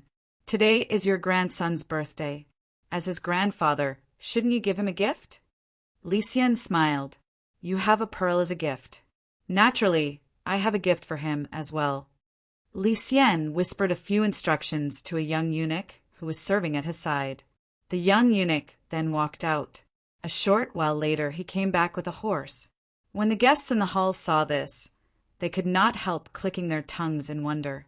This horse was only 1/2 meter tall and extremely small. Even if it was placed in a kennel, it would not necessarily be as strong as a large dog. However, it was truly a horse. When the birthday boy saw this horse, his eyes immediately lit up. Twisting his body, he slid out of Li Xian's embrace and ran to the front of the horse. He excitedly stretched out his hands. This little pony was extremely docile. The eunuch was not afraid that it would kick and injure the child. He giggled as he watched the birthday boy stroke the horse's mane. Li Xian stroked his beard and smiled. "Grandson, do you like this horse?" The birthday boy beamed with joy and nodded his head repeatedly. "I like it. I like it. Grandfather is so good." Li Xian chuckled. Empress Wei pursed her lips and said, "It is just a Han Palace pony. You are the emperor who has the wealth of the world. To only gift a pet horse to our grandson's birthday, isn't that a bit too stingy?" Li Xian said, "Ai, he is just a child. His birthday is just for fun. Do you think he will like things like gold, pearls, jade, and other such things? This is a gift that we have carefully chosen for our grandson." Princess Anil pulled on Li Xian's arm and said in a spoiled manner, "Father, I also feel that it is a bit too stingy for the grandson of heaven to only give a pony as a birthday gift. My son is still young and cannot tell good from bad. When he grows up, he will inevitably blame you, his grandfather." Li Xian helplessly said, "Fine, fine, fine. You little girl, tell me, what should father reward you with to satisfy you?" Princess Anil's eyes turned. Clapping her hands, she said, "Then father will bestow him an official title." This, Li Xian stroked his beard and thought for a moment. He said in a low voice, "Then what official title should I bestow?" And Li giggled and said, "Father is the present emperor. Isn't it up to father to decide what official title to bestow?" Li Xian felt that his grandson was only 5 years old. It was not appropriate to suddenly bestow a high official title, but the title was too small. It looked like his daughter would not be satisfied. Just as he was deliberating, Empress Wei impatiently said, "What is there to think about? Just bestow my grandson the position of Taichung official, with additional titles of gold and purple bright, rank official, general of the left guard, the title of Duke of Hao, and 500 households of land." Hearing this, Li Xian was shocked and hurriedly said, "That won't do. Isn't it too hasty? Wait for Zhen to return to the palace, and think carefully before making a decision." Empress Wei icily said, "What is there to argue about? Didn't your majesty say at Fangzhou that no matter what Xie does in the future, your majesty will not interfere?" Li Xian was instantly at a loss for words. Princess and Lu hurriedly shot a glance at Wu Yanxiu. The two pulled the birthday girl over and bowed to Li Xian. Many thanks to Imperial Father for bestowing this title. Li Xian opened his mouth, but in the end he dejectedly said, "You may rise." All the officials present saw this. The officials of the Wei clan saw that the emperor had no prestige in front of the empress and couldn't help but be pleased with themselves. The Prince of Xiang Taiping and the other officials, on the other hand, were inwardly dejected. Yang Fan held a cup of wine and coldly gazed at the scene in the hall. He thought to himself, the current emperor is clearly Empress Wei. Yang Fan tilted his head back and gulped down the cup of wine. Li Xian had been publicly rebuked by Empress Wei and felt very humiliated. He sat gloomily for a while, then said that he was tired and wanted to return to the palace. The emperor had come to celebrate his grandson's birthday and shouldn't have stayed for too long. After sitting for a while, he should have left. Now that the emperor was leaving, the officials naturally had to see him off. The civil and military officials, as well as the emperor's relatives, noisily escorted Li Xian and his wife out of the princess's estate and returned to the hall to take their seats. Now that the emperor was no longer seated at the seat of honor, the hall truly became lively and relaxed. Yang Fan saw that the emperor had left and drank a few more steps. Then he stood up, intending to bid farewell to the owner of this place. He saw that Wu Yanxiu and Zong Chuk were drinking and chatting merrily. Just as he was about to walk over, a green-clothed manservant suddenly stopped in front of him and bowed to him with a smile. He said, "Great General, my princess invites you." After the emperor and empress left, the male and female guests parted. The noble ladies of the imperial clan all went to the rear residence. Princess and Lu also pulled her son to the back. There were no more women in the hall. Hearing Enli's invitation, Yang Fan thought that she was going to pester him again. He said, "I am already slightly tipsy and am about to bid farewell. I and the princess are men and women, so I won't be going to the rear residence." The blue-clothed manservant lowered his voice and said, "Great General, don't misunderstand. When the princess sent this lowly one, she said that there was an important matter that she wanted to discuss with Great General. The princess also knows that it is not suitable for Great General to enter the rear residence, so she is waiting in the room next door. Great General, please do not make things difficult for this lowly one." This, Yang Fan felt it was strange. Hearing these words, it seemed that Enlu really did have some important secret that she wanted to talk to him about.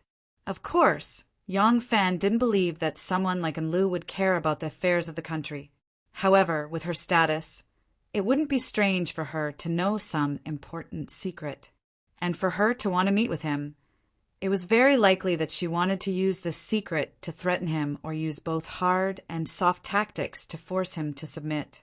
But what important matter did she know? Since she invited me to meet with her, it seemed that this matter must be related to me. Thinking of this, Yang Fan decided to meet with her. As long as he wasn't tempted, could it be that Princess Enlu would rape him? Yang Fan nodded his head and said, "If that's the case, please lead the way." The manservant smiled cheerfully and said, "Great General, this way, please." This hall was very spacious. There were exits at the front, back, left, and right.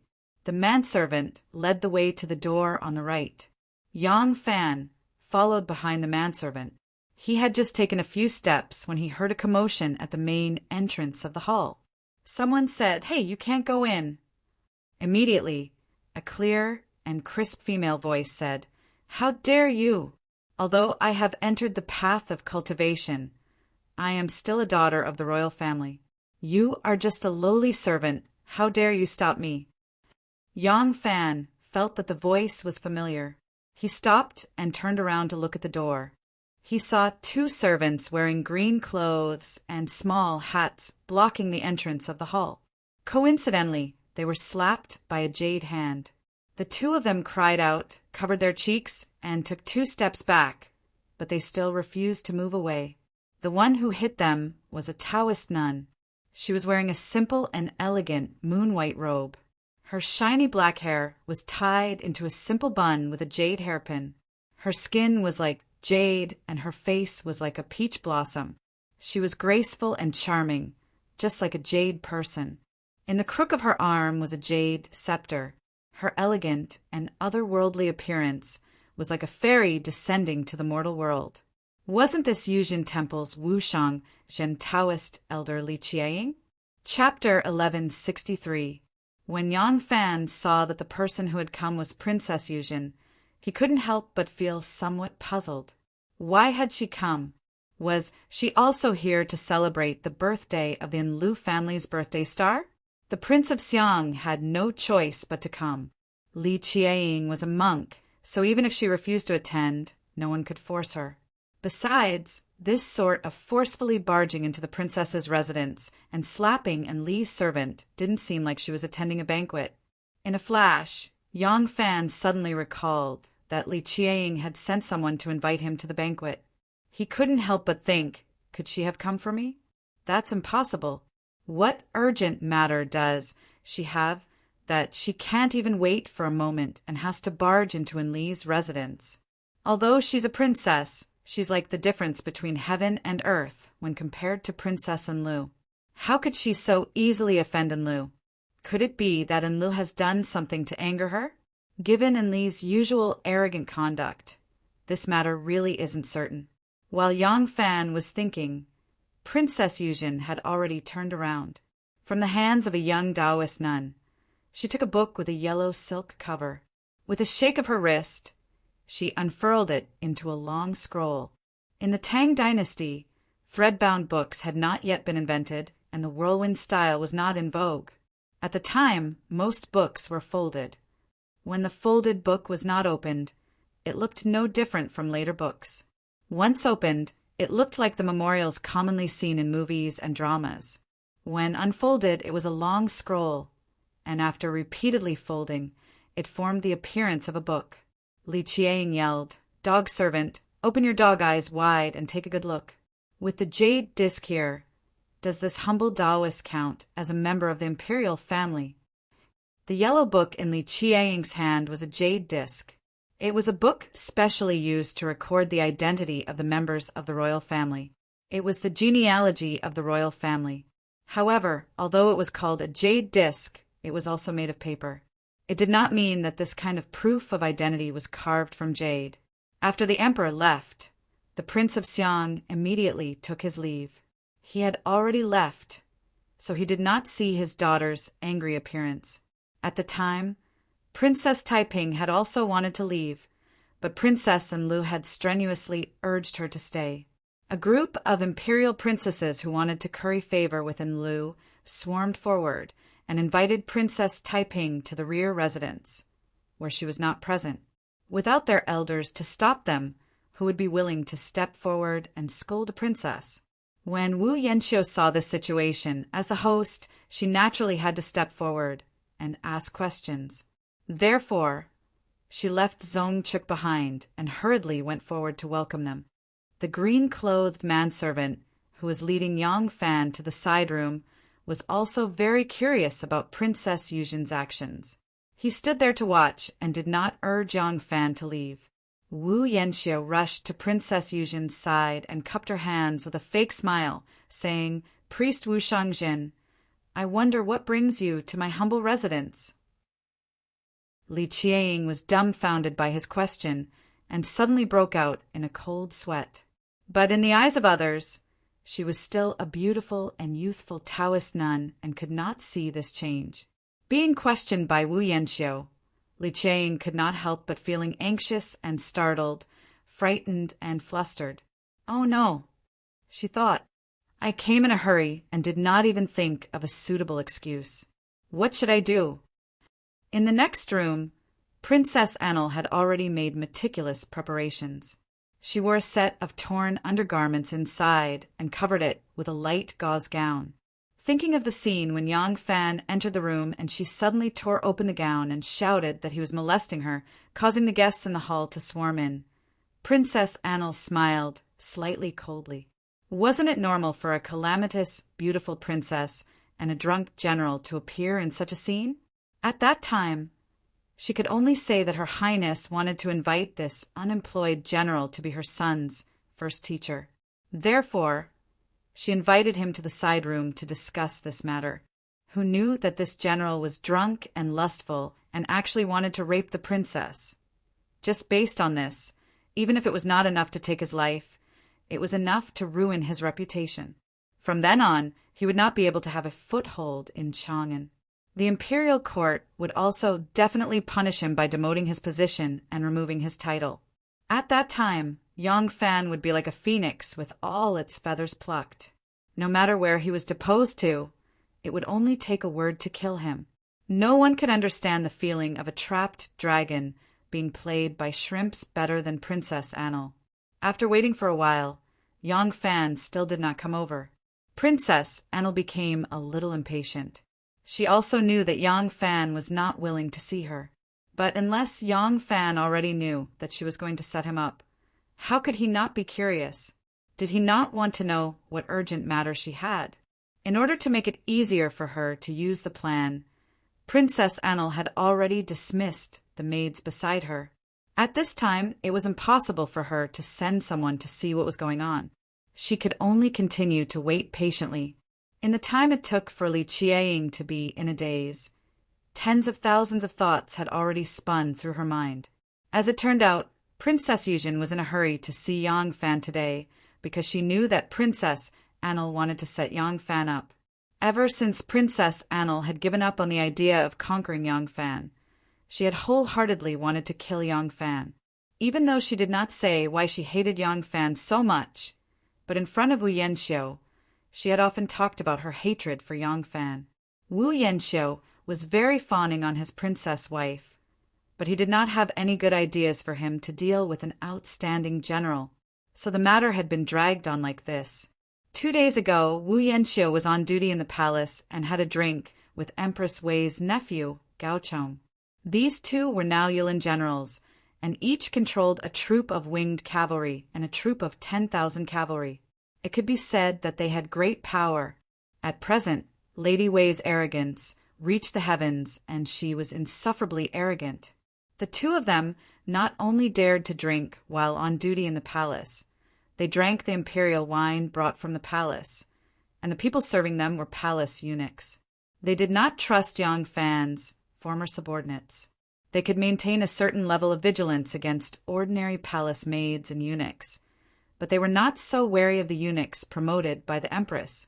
Thus, there was no need to avoid discussing matters in front of them.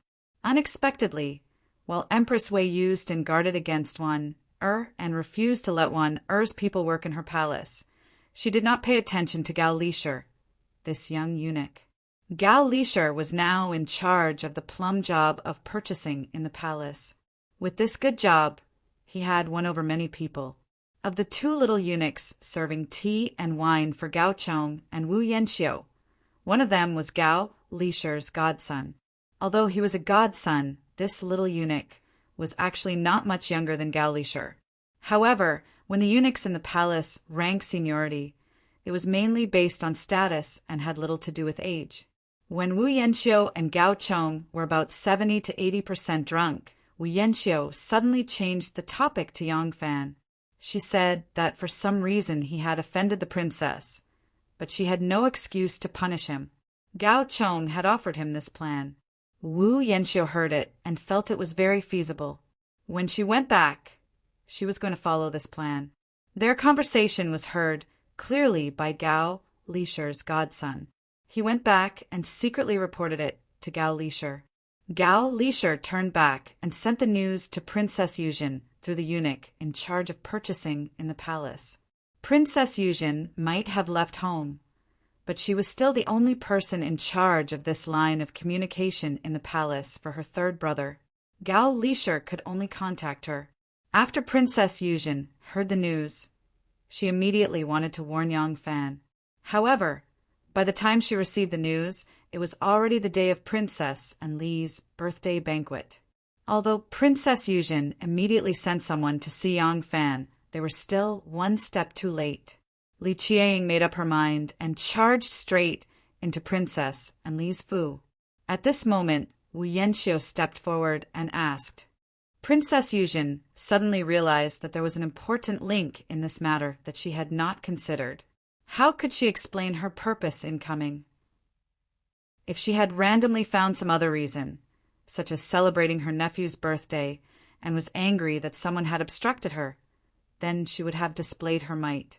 Her reason for charging into Princess and Li's Fu would be more than sufficient, but she would have no excuse to detain Yang Fan. If Wu Yanxiu had someone send her to the rear residence and Yang Fan fell for the trap, why would she have charged in? If she had come for Yang Fan, what reason did she have to charge into Princess and Li's Fu, all for the sake of Yang Fan? If she did not have a reasonable excuse and ruined Princess and Li's affair, Wu Yanxiu and the others would assuredly be alarmed, guessing that the news had been leaked. There had only been 2 eunuchs serving Wu Yanxiu and Gao Cheng that day. As long as they were determined to investigate, this matter would assuredly be leaked. The eunuch would die, Gao Lishir would probably be exposed, and the Son of Heaven would know that the Prince of Xiang's estate had planted spies in the palace. Just thinking about this string of evil consequences made Li Qiang break out in a cold sweat. Just as it was said that, in a moment of desperation, all sorts of dangers flashed through her mind, and Li Qiang suddenly thought of an excellent excuse. Wu Yanxiu saw that Princess Yuzhen was silent and only had a slightly strange expression on her face, so she couldn't help but ask, "Just why has Taoist priest come to visit my humble residence?" "Ha! Could it be that you have also come to celebrate my son's birthday?"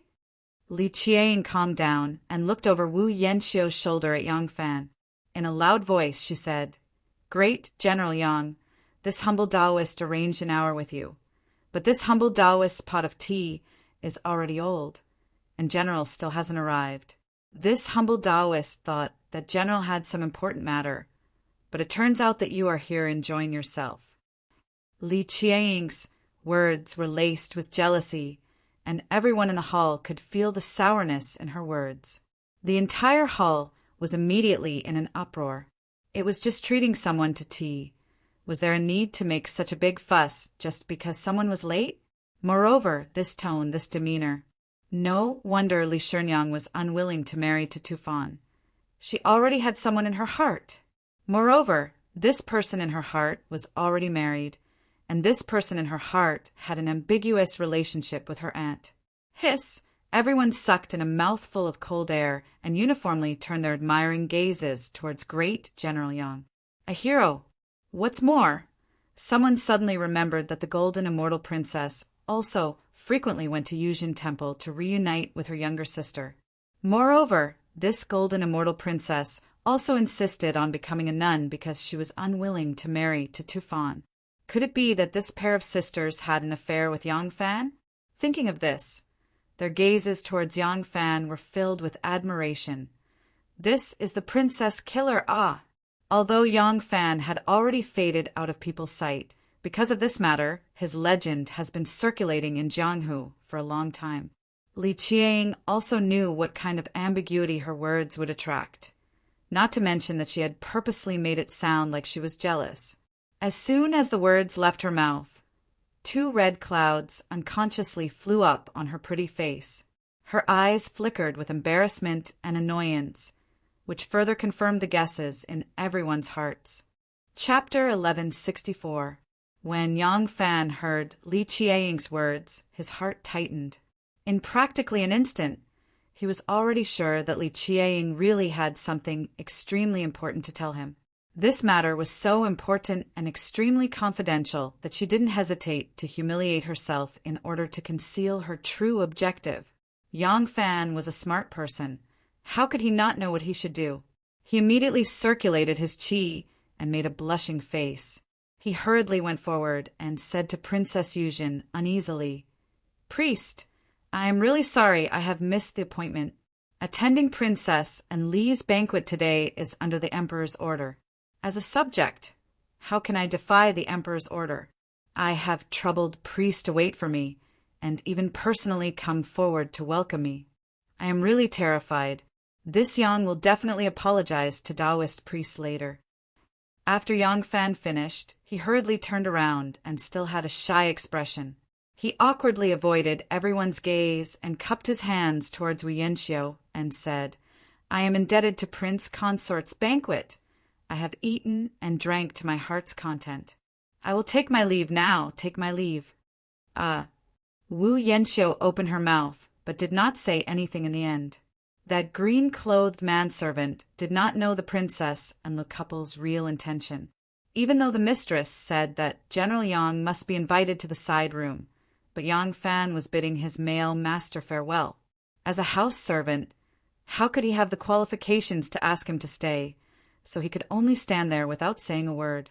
Princess Yuzhen saw that Yang Fan understood her intention and could not help but secretly let out a sigh of relief. But once her nervousness was released, embarrassment inevitably surged up.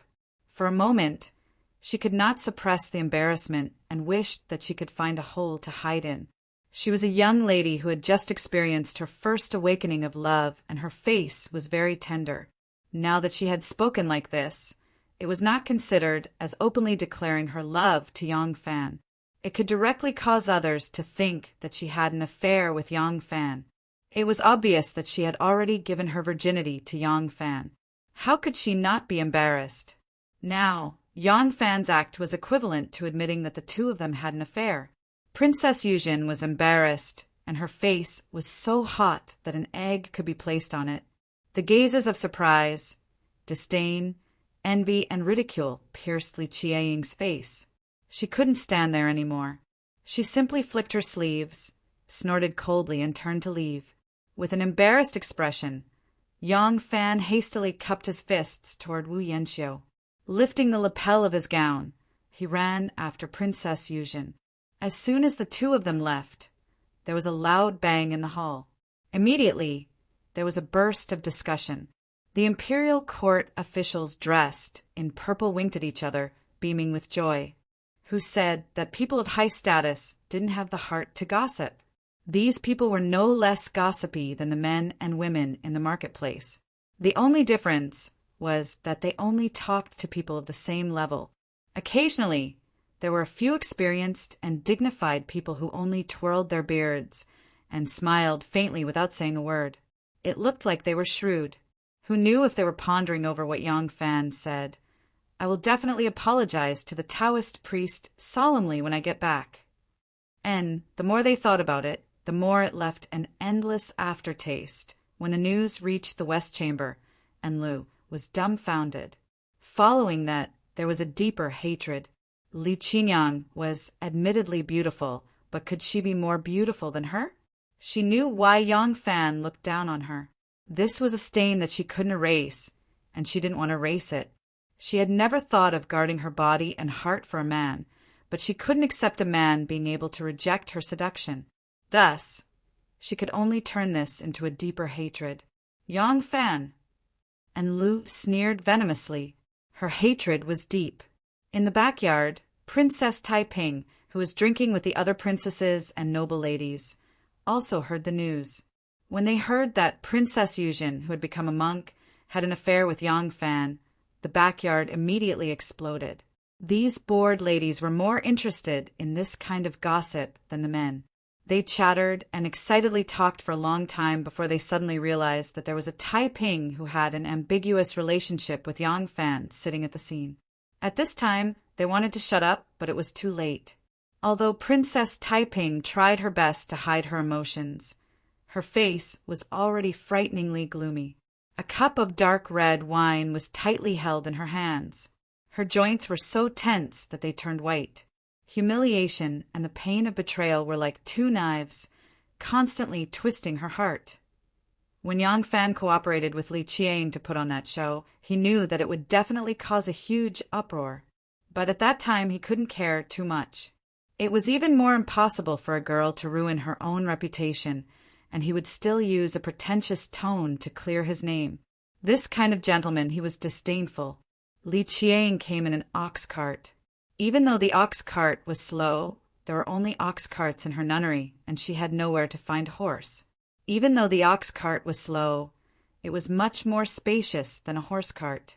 When Yang Fan came, he came on foot. Therefore, When he left Princess and Li's residence, he boarded Princess Yuzhin's ox cart. The car was spacious and there were passenger seats, so Yang Fan didn't need to squeeze with Li Qiang. Even so, because of the conversation in the hall, the two of them suddenly sat in this small enclosed space, and Li Qiang still felt very uncomfortable. She secretly glanced at Yang Fan, and her pretty face blushed again, inexplicably bashful. After Yang Fan sat down, the ox cart started moving. Yang Fan also couldn't help but take a look at Li Qiang. He took a very serious look. Her black and glossy long hair was tied into a Taoist bun with a jade hairpin. She wore a white Taoist robe that covered her body. Her waist was slender, and there was a hidden allure hidden in it. Looking at her eyebrows that were like distant mountains, her skin that was smooth and creamy, she was elegant and refined. She really had the aura of a mature woman. Yang Fan coughed lightly and no longer looked at that slightly translucent and blushing face. He only placed his hands on his knees and asked solemnly, "Your Highness did not hesitate to use such a method to summon me out. Did something big happen?" "Ah, yes, something big happened." Li Qiang's mind was in a trance. It was as if there was an indescribable feeling that was quietly invading her heart. Suddenly being awakened by Yang Fan's words, Li Qiang's mind immediately became clear. She hurriedly said, "This poor Taoist rushed over in a hurry, and it was really not by choice. This poor Taoist suddenly received a message that Princess Enlu is going to harm the general." Li Qiang narrated the message she had received from beginning to end. A smear of anger instantly floated onto Yang Fan's brow. Was this scheme childish? It was very childish and very simple, but it could achieve its effect. It was precisely because this scheme was too simple and childish that Yang Fan would not be on guard. And once this kind of thing was seen by others, they would rather believe it than not. Also, the emperor had wanted to punish him, but he had no excuse. Li Guo did not know that he was also the sect leader of the Xian sect. If it wasn't for the fact that Yang Fan had this identity, if he fell into the trap this time, he would really be at the mercy of others. Yang Fan lightly exhaled and slowly restrained the anger on his brow. He clasped his hands to Li Qiang and sincerely said, "Many thanks for Princess's warning. If Princess had not disgraced herself to come warn me, this Yang would definitely have fallen into her trap today. This great kindness cannot be thanked with words. This Yang will engrave it in his heart." Li Qiang curiously glanced at him and then hurriedly shifted her gaze.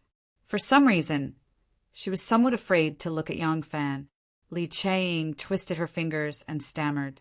Then, Enlu, why did she scheme so much to deal with the great general? The great general has done the emperor's family a great favor. Could it be that the great general has a personal grudge against Enlu? Yang Fan bitterly smiled and countered, "The emperor is currently scheming to deal with the Prince of Xiang, and the Prince of Xiang has also done the emperor a great favor. Is there a personal grudge between them?" Li Qiang pouted and said, "That's different." Yang Fan asked, "What's different about it?" Li Qiang opened her mouth, but in the end, there were some words that were difficult to say. In her view, the grudge between Yang Fan and Princess Enlu was most likely due to the matters between a man and a woman. And Li's skirt was too loose, and it wasn't some incredible secret in the capital, but Li's peerless beauty was unparalleled, and yet he was able to resist Li's temptation. This sort of willpower was truly quite extraordinary. Thinking of this, Li Qiang couldn't help but sneak another glance at Yang Fan. Unexpectedly, when she glanced over, she saw Yang Fan staring straight at her, an indescribable smile on his lips. Li Qiang was greatly embarrassed and quickly withdrew her gaze. Her chin hung down deeply, and she was so embarrassed that she couldn't even sit properly. Yang Fan stared at Li Qiang and took her measure, not because he was appreciating her tranquil and elegant appearance, but because he was pondering something. How did Li Qiang manage to find out about such a major secret? There was no question that she had people in the palace. and she was a naive and unaffected young girl. Why would she place spies in the palace? Yang Fan thought of Gao Lisher, thought of Li Sanlang behind Gao Lisher, and then from Li Sanlang to this temple abbess Yuzhen in front of him. A clear connection gradually became clear in his mind. Li Sanlang was far away in Luzhou, and the person who contacted Li Sanlang in the palace was his younger sister, Princess Yuzhen. Thinking of this, Yang Fan couldn't help but smile. In the past, he had thought that changing the Son of Heaven was a very difficult matter, but the success of the Dragon God's coup and the Crown Prince's simple and crude coup almost succeeded made him realize that although the Son of Heaven was wealthy and had millions of soldiers, he who was at the center was actually very weak. It was like a beehive. No one could resist the tens of thousands of bees. But if you could avoid the worker bees, directly attack the heart, find the queen bee, and pinch it to death with 2 fingers. Yang Fan, who had personally participated in 2 coups, was determined to do one last thing before he retired from the court. Pull down the person he had personally raised to the throne. If he wanted to pull down Li Xian, could he replace him with Li Xian's sons? Yang Fan had done some research on Li Xian's 2 remaining sons. Li Zhongfu, who had been banished to Lingnan, had very mediocre talent. Moreover, his princess consort was the niece of Zhang Yizhi and Zhang Changzong, and Yang Fan had participated in the assassination of the second Zhang. As for Li Xian's other son, Li Zhongmao, he was still a child. This meant that he could only support someone else.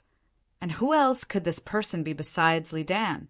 From how Li Dan had resolutely appeared during the Dragon God's coup and led his 5 sons to the Taiji Palace to seize control of the Southern Palace Imperial Army, ensuring that the capital was not thrown into chaos, Yang Fan could see that while Li Dan usually had a weak personality, he did not lack for a staunch side.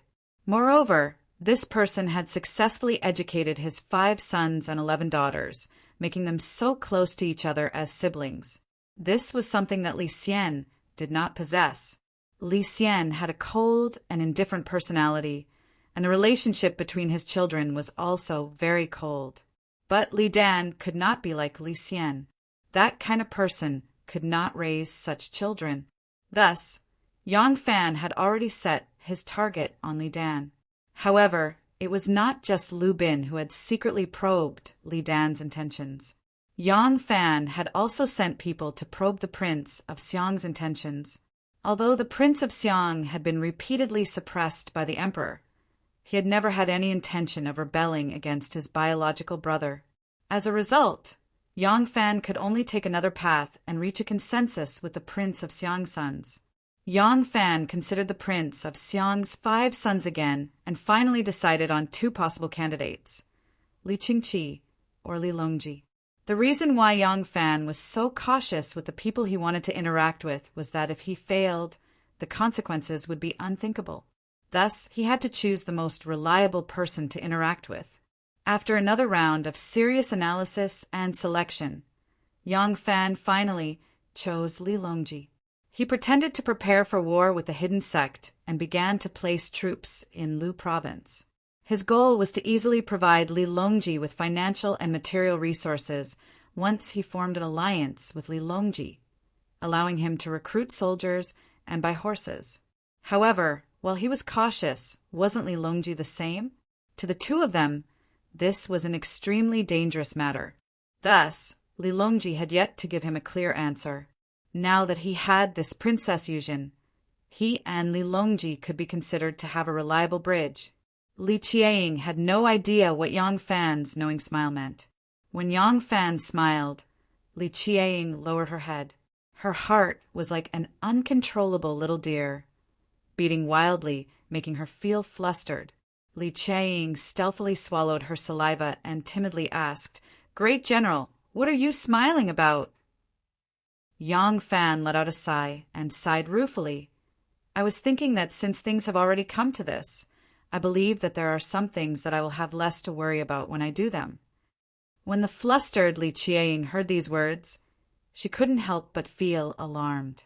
What does he want to do that he no longer has any scruples? Chapter 1165. The affair between Yang Fan and Princess Yuzhen was secretly spread through the upper echelons of society. Strangely, this matter did not spread to the common people. Very few people in the marketplace knew of it. This effect was all thanks to the Wei faction. At present, the Wei faction was at the top of the court. Even though they knew that this matter would harm the Prince of Xiang's estate's reputation, the Wei faction, which had always viewed the Prince of Xiang as a thorn in their side, did not use this matter to make a big fuss. The reason for this was that no matter what, this matter could not cause any substantial harm to the Prince of Xiang or Yang Fan. On the contrary, it would cause the emperor to lose a great deal of face, and the emperor and the Wei faction were bound together for good or ill, so the Wei faction naturally would not do anything that would harm their own reputation. Because Li Qiang had become a monk in order to resist the emperor's marriage. What did you proclaim? Fine, not only was she not getting married, she didn't even become a monk properly. Not only did she continue to live in luxury, she even had a man. Who was the most shameful? Back then, Li Shimin had been able to execute monk Bianji in a fit of rage, but Li Xian had been unable to kill Yang Fan. This was because Princess Yuzhen was different from Princess Gaoyang. Princess Gaoyang was already married and had a son-in-law, but she was having an affair with a monk. Moreover, the jade pillow that Princess Gaoyang had gifted to monk Bianji had been stolen, and the imperial censors had brought the matter to the Golden Palace Hall. The imperial family had already lost all face and could only use murder to wash away this humiliation, which was why they had ordered Bianji's execution. But Princess Yuzhen had no husband. She was a free woman, and after becoming a monk and entering the Tao, she became even freer. There were 3 kinds of female Taoist priests in the Tang dynasty. One was those who had sincerely entered the Tao and devoted themselves to cultivation.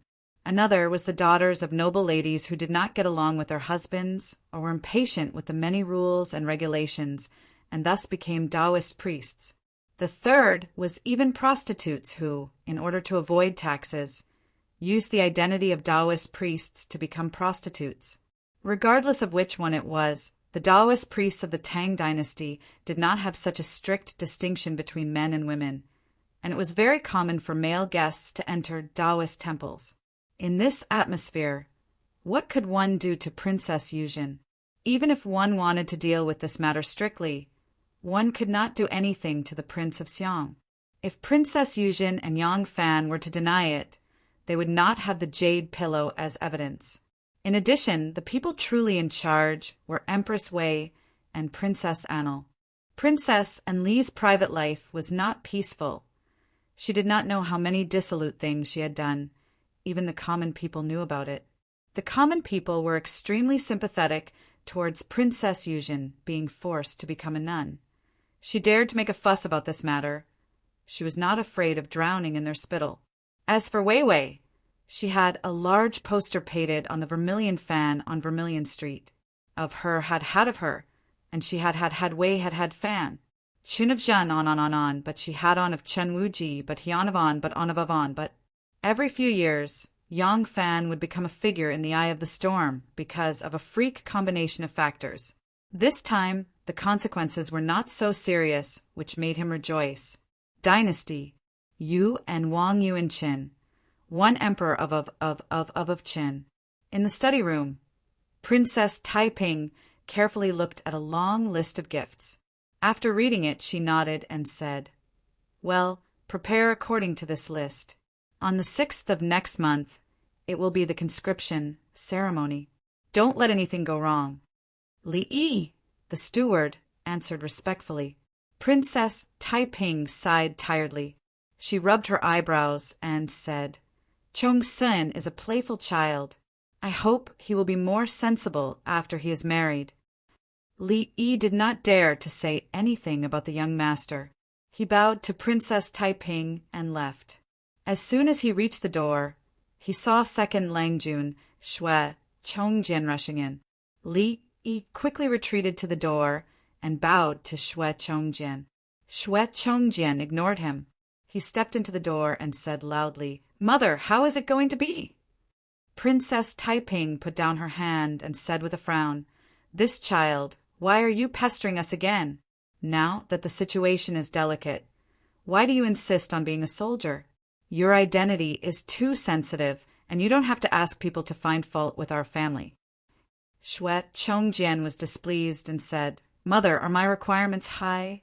You want me to have a bright future, so I want to train in the army. I love martial arts, and Mother knows that. If I don't go to the army, what should I do?" "You," Princess Taiping waved her hand in annoyance and said, "I am busy. Go ahead.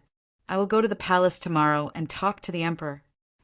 Xue Chongjian's anger turned into joy. He happily agreed and ran to the drill ground to practice. Princess Taiping looked at her son's back and smiled bitterly. She thought that if she wanted to do this, the Wei family would have to agree. She wanted to ask someone to get a set of expensive jewelry from the warehouse and go to the palace to talk to Empress Wei. For the sake of her beloved son, Princess Taiping, who was always arrogant, had to lower her voice. She was about to ask someone to get her favorite ruby headwear from the warehouse when a maid walked in and squatted. "Princess, the general-in-chief who supports the state wants to see you." Hearing that it was Yang Fan, Princess Taiping's face immediately darkened. "I won't see him." Seeing the princess's face darkening, the maid did not dare to say more. She hurriedly agreed and ran out. Princess Taiping opened her mouth to speak as if she wanted to call her back, but her hand was already in the air and the words at the tip of her mouth could not come out. This was the third time Yang Fan came to see her.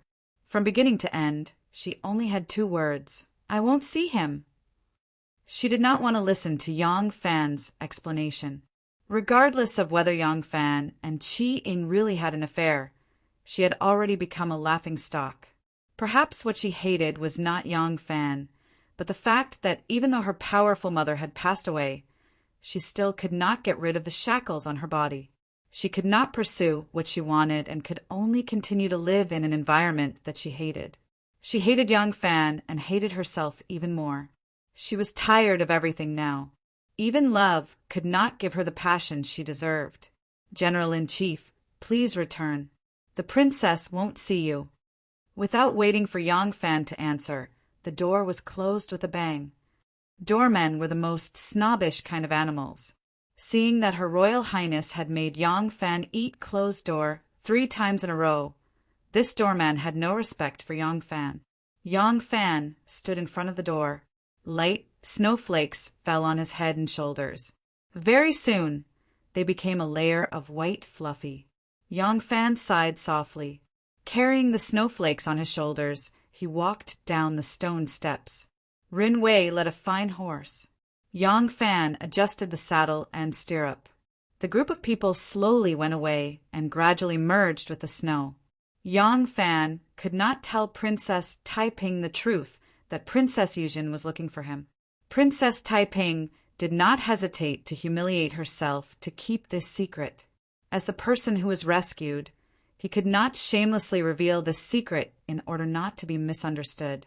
Yang Fan racked his brains and came up with a similar excuse to cover up the past. Unfortunately, Princess Taiping did not want to see him. Naturally, he was also unable to explain the misunderstanding to Princess Taiping. After asking to see her several times, Yang Fan could only silently leave. His heart gradually turned cold. "Hi, official Shimin said. Pan donkey, Deng Xiaoxian. These 5 things, I have some." High official Yang did not have Deng Xiaoxian nor Deng Xiaoxian. How could he have a lot of time to talk about love and flatter? Moreover, Princess Taiping had already passed the age where a lingering word could make her happy for half a day. Regarding this day, perhaps Yang Fan already had a premonition. He knew that Princess Taiping's matter was actually just an incentive. Princess Taiping had her own life, her own world.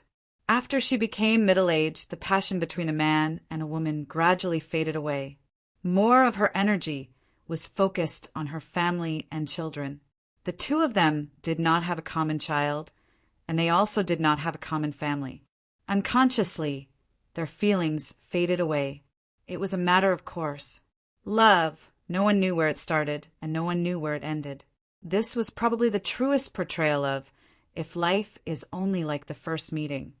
Not only the relationship between Yang Fan and Princess Taiping was bleak, but also the weather. Another heavy snowfall covered the earth with a thick layer of cotton quilt. Everywhere was wrapped in silver and white. The several winter sweet trees on the Yang family hill were in full bloom. Another year's New Year arrived. During the Shanyuan festival, the palace was bustling with noise and excitement. But this kind of festive excitement was quite different from the previous years. The Tang dynasty was almost completely controlled by Madame Wei and Princess Annal, who would pester her father to become the crown princess from time to time. The grand banquets in the palace and the New Year's celebration were naturally organized by them. The exorcism dance was cancelled because Empress Wei did not have any interest in that kind of large-scale dance that bared fangs and brandished claws. The grand palace music that Wu Zetian liked with 1,000 people dancing together was also cancelled because Princess and Lu found it boring. Under Princess Annal's ingenious arrangement, colorful canopies were set up in Yeding Palace. Counters were set up and all kinds of street goods, all kinds of raw and cooked snacks, silks and satins, jewelry and headgear, needles and thread were put on display. The little chamberlains in palace, maids were made to stand behind as peddlers. The officials first entered Taiji Palace, and then entered Yeding Palace through the Tongming Gate. As soon as they entered the palace gate, they saw many shops on both sides of the imperial road. The palace maids and eunuchs had long received Princess Annal's orders and immediately began to shout with all their might. These officials did not know how many years it had been since they personally went to the market to buy things. And when they went up to ask for the price, they could actually bargain. It was like a real business, and some of the officials found it very refreshing. But more officials looked at each other and shook their heads, sighing sadly. They felt that this was a disgrace to the culture. The imperial palace had actually turned into a market, and all the officials in court had become customers. They did not know whether this game was meant to entertain others or entertain themselves. Yang Fan strolled with his hands behind his back. Looking at the foul atmosphere in the imperial palace, he felt an inexplicable sorrow in his heart. These were the descendants of Tian Khan Li Shimin.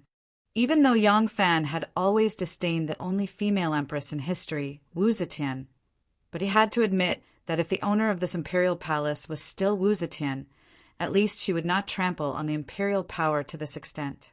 Yang Fan walked slowly with the flow of people, looking indifferently at the stalls and shops on his left and right. He did not notice that there was a pair of eyes in the dark that had quietly locked onto him. The eyes were unusually complicated. Chapter 1166. As Yang Fan walked, the pair of eyes in the crowd continued to stare at him. Those eyes were hesitant and indecisive, as though they wanted to approach Yang Fan but lacked the courage. When Yang Fan returned to Taiji Palace from the back door of Yiting Palace and walked along the 1,000 steps corridor to the black tortoise gate, the pair of eyes silently disappeared. If one wanted to follow someone on the 1,000 steps corridor, it was very easy to be discovered. At this time, the black tortoise gate was also draped in red, a festive atmosphere. Large red lanterns hung from the eaves of the walls, and a soft red carpet was laid from the bottom of the walls to the top of the walls. The top of the walls was equipped with an imperial throne, and around it were braziers of high-quality animal charcoal. So the emperor had been original and wanted to watch the singing and dancing and tug-of-war competition here as a celebration of the Upper Prime era. This was naturally the idea of Empress Wei and Princess Lu. They had turned the Upper Prime festival celebration in the palace into a cultural and entertainment event. When Yang Fan ascended the black tortoise gate, the emperor and empress had not yet appeared. Seeing Yang Fan ascend the walls, Lu Maofeng, who was guarding the black tortoise gate today, had a happy expression. He immediately led a few of his personal guards to welcome him. Yang Fan immediately gave him a stern look.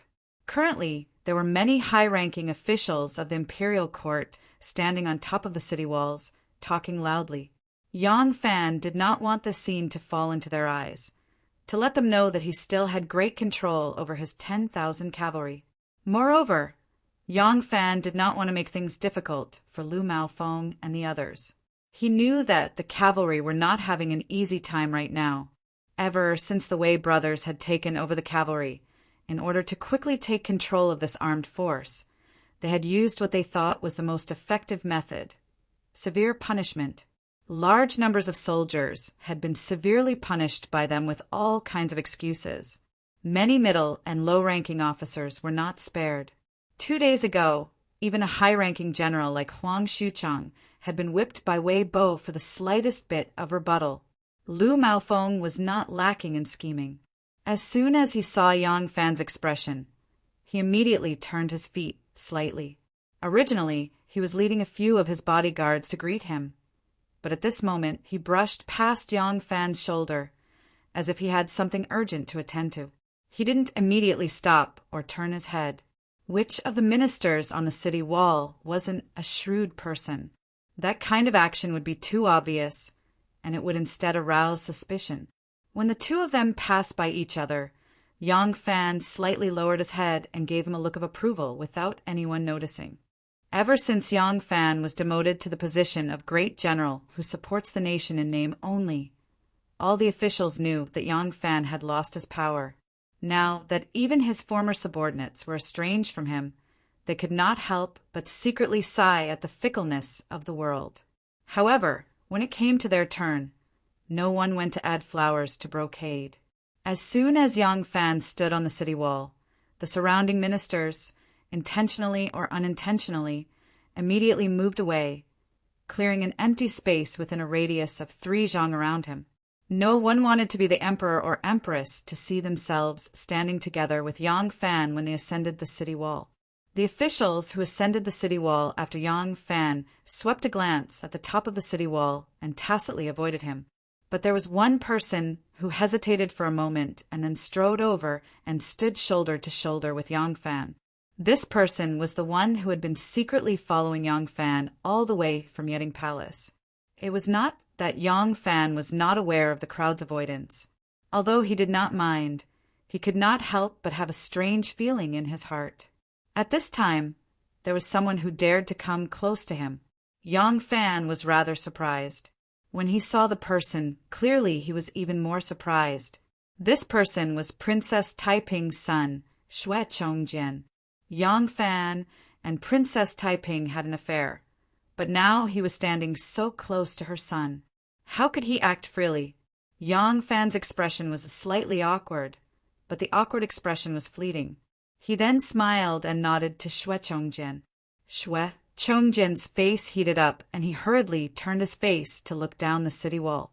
He was still a 17 or 18-year-old youth, and his calmness was not as good as Yang Fan's, so he felt very uncomfortable. Just now, he had been quietly following Yang Fan and did not have the courage to come forward. Xue Chongjian had also heard about the matter between Yang Fan and his mother. He did not know how to face Yang Fan, so he would rather never meet Yang Fan face to face. But this time he had no choice but to come. In fact, he did not have to choose this kind of scene to meet. But if it was a quiet and secluded place to be alone with Yang Fan, he was afraid that he would not have the courage. Xue Chongjian let the cold wind blow on his face until the heat on his face gradually subsided. He then slightly calmed down and said, "General, Sen Lang asked me to send his greetings to you." Yang Fan almost suddenly turned his head. It took a great deal of willpower to stop his neck from turning. When he saw Xue Chongjian come to his side, he knew that he must have something to say to him, but he could only think of one topic: Princess Taiping. Therefore, Yang Fan inevitably felt a little anxious, but he did not expect to hear such earth-shattering news as soon as Xue Chongjian opened his mouth. "San Lang? Li San Lang from Luzhou?" Li San Lang asked him to send his greetings to me. Yang Fan had been waiting for Li Longji's reply, but he did not expect that Li Longji would directly pass his decision to the people he had left in Chang. and, bypassing the people he had sent to contact Li Longji. Xue Chongjian must be Li Longji's people. The first step was always the most difficult. After Xue Chongjian said this, the uncomfortable feeling in his heart weakened a little. He took 2 steps forward and put his hand on the wall. He picked up a handful of snow and felt the coldness penetrate his lungs. General, at the beginning of the 3rd month, the emperor will hold a ceremony in the southern suburbs. At that time, San Lang will also return to the capital to participate in the ceremony. He will personally discuss the details with General. Yang Fan slowly let out a breath.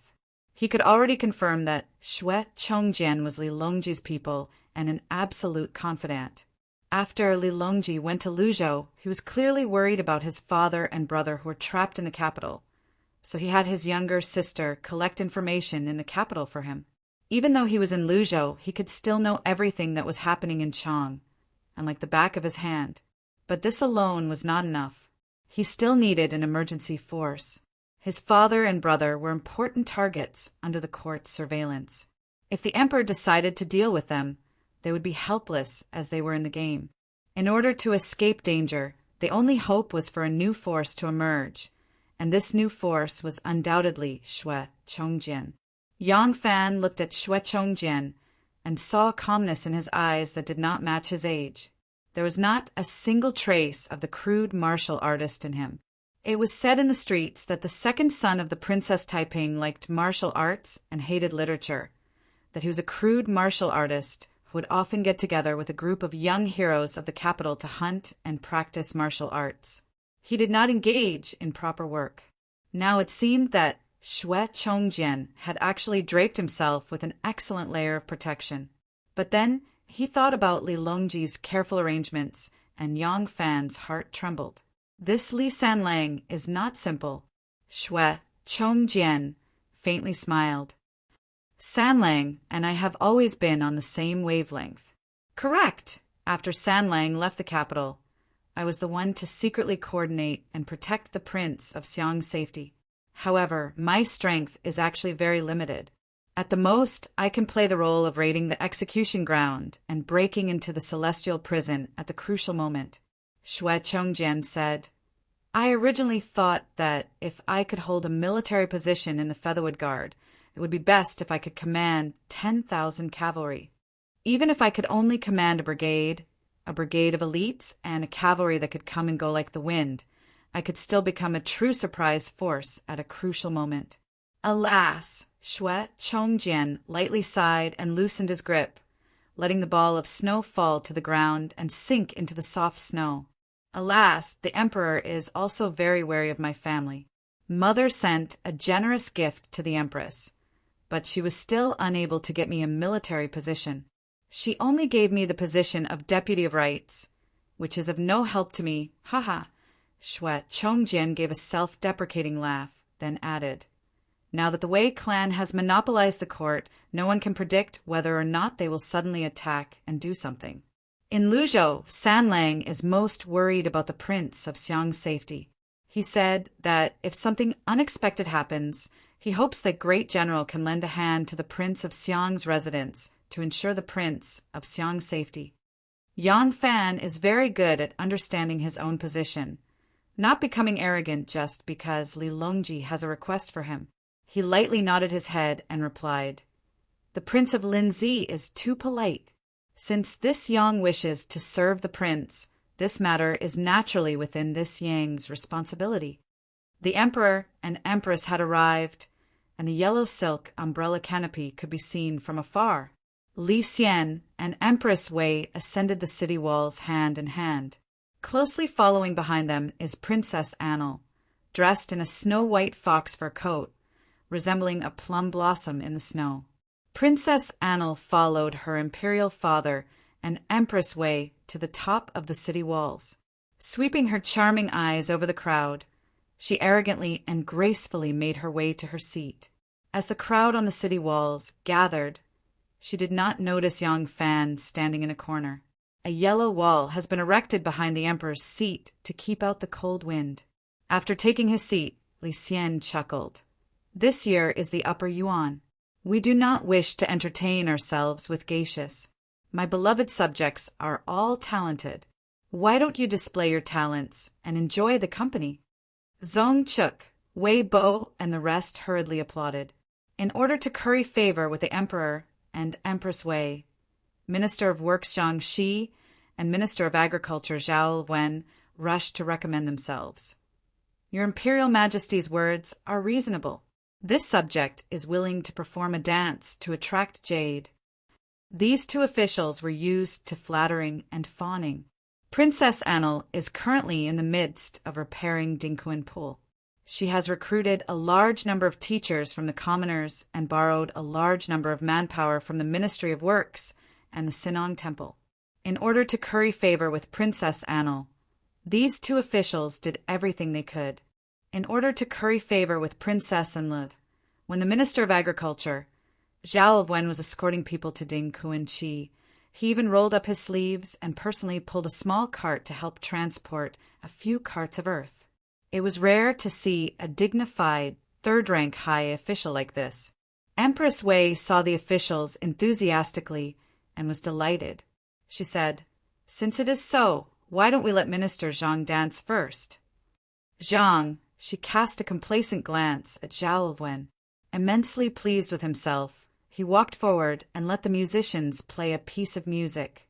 Then he danced on top of the black tortoise gate, performing the song Tan Rong Yang. Not to be outdone, Zhao Wen quickly followed up with a vigorous and forceful Hun Tu Wu.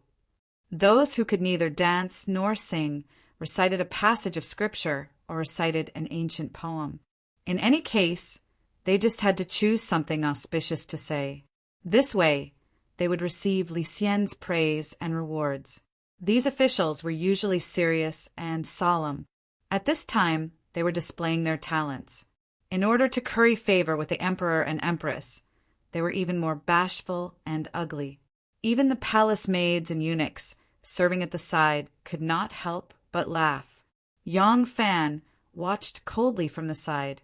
He thought of what one said that day. The ruler is not the ruler. The subject is not the subject. He could not help but shake his head and sigh. He mumbled to himself, "Soon the country will no longer be a country." Li Xian and Empress Wei were in high spirits. Princess Anil took advantage of their excitement and giggled. "Imperial father, Imperial mother, there are still many officials who have yet to display their talents. But it is cold on top of the city walls. It will be hard to stand for too long. Why don't we choose from the officials who have yet to sing, dance, or compose poems? Let them warm up a little." Li Xian said cheerfully, "What Guo said makes sense.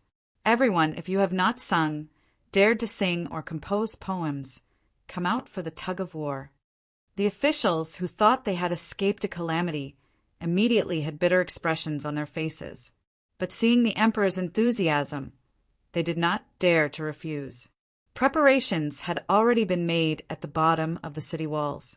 A thick rope that was almost 400 feet long was placed on the ground.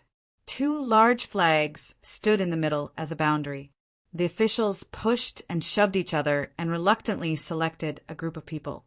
They dawdled down the city walls. These people split into 2 groups and picked up the rope. Li Xian was in high spirits at the top of the city walls. He personally grabbed the drumsticks and cheered for them. Only these old officials at the bottom of the city walls were qualified to stand by the emperor's side. Most of them were old. Their average age was above 60. Among them, the Prime Minister Dolu Qinwang and Yang Zaisi were almost 80 years old. Leaving aside the fact that in this era the officials placed great importance on dignity, the dignified Prime Minister rolling up his sleeves in a tug-of-war for the Emperor's entertainment was very different from them drinking wine and dancing on their own initiative. Even if it was to please the Emperor, such an old man who was also a Prime Minister should not be joining the tug-of-war. But as soon as Li Xian saw Empress Wei and Enlil clapping their hands and cheering, he was afraid that he would dampen their spirits and did not stop them. Instead, he personally beat the drums to liven things up. Tug-of-war originated from the spring and autumn and warring states periods. In ancient times, it was called pulling hook. It originated in the Chu kingdom. By the Tang dynasty, it had become like kuju and sumo wrestling, an extremely common folk sport.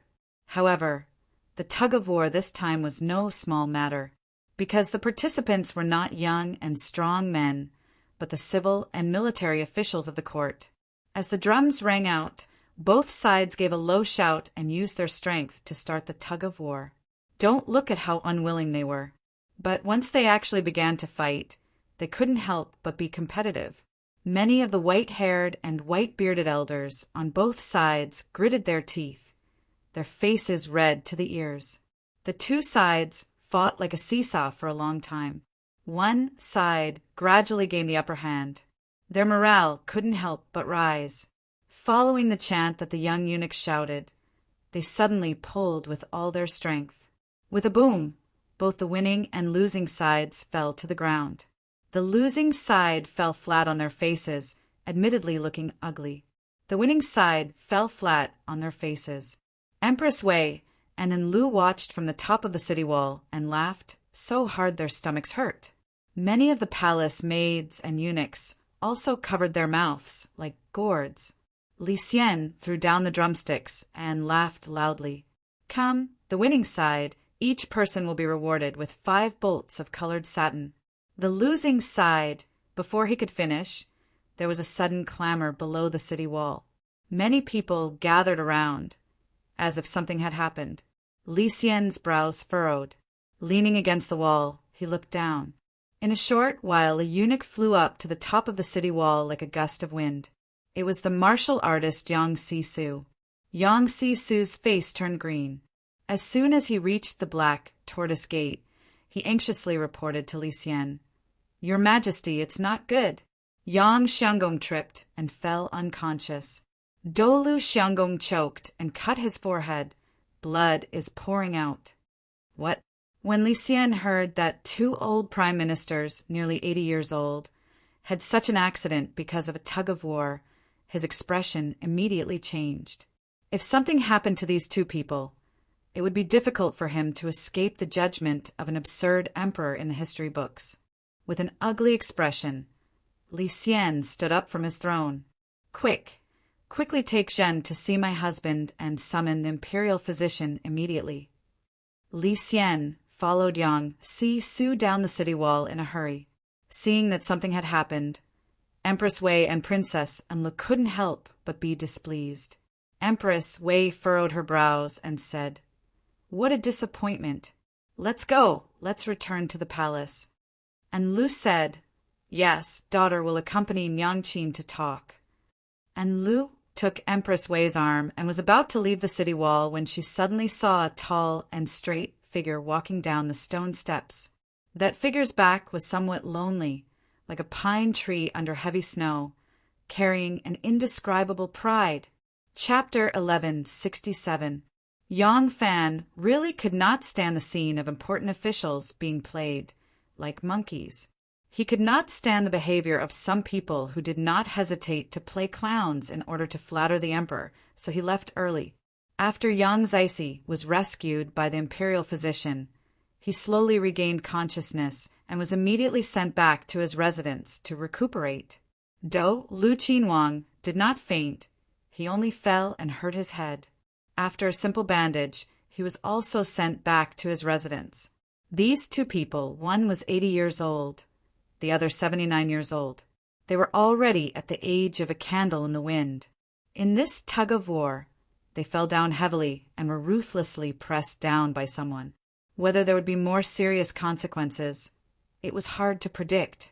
This accident did not affect Li Xian and Empress Wei's mood. That night, under Princess Annel's suggestion, the emperor and empress changed into casual clothes. After enjoying themselves with the officials, they planned to enjoy themselves with the people.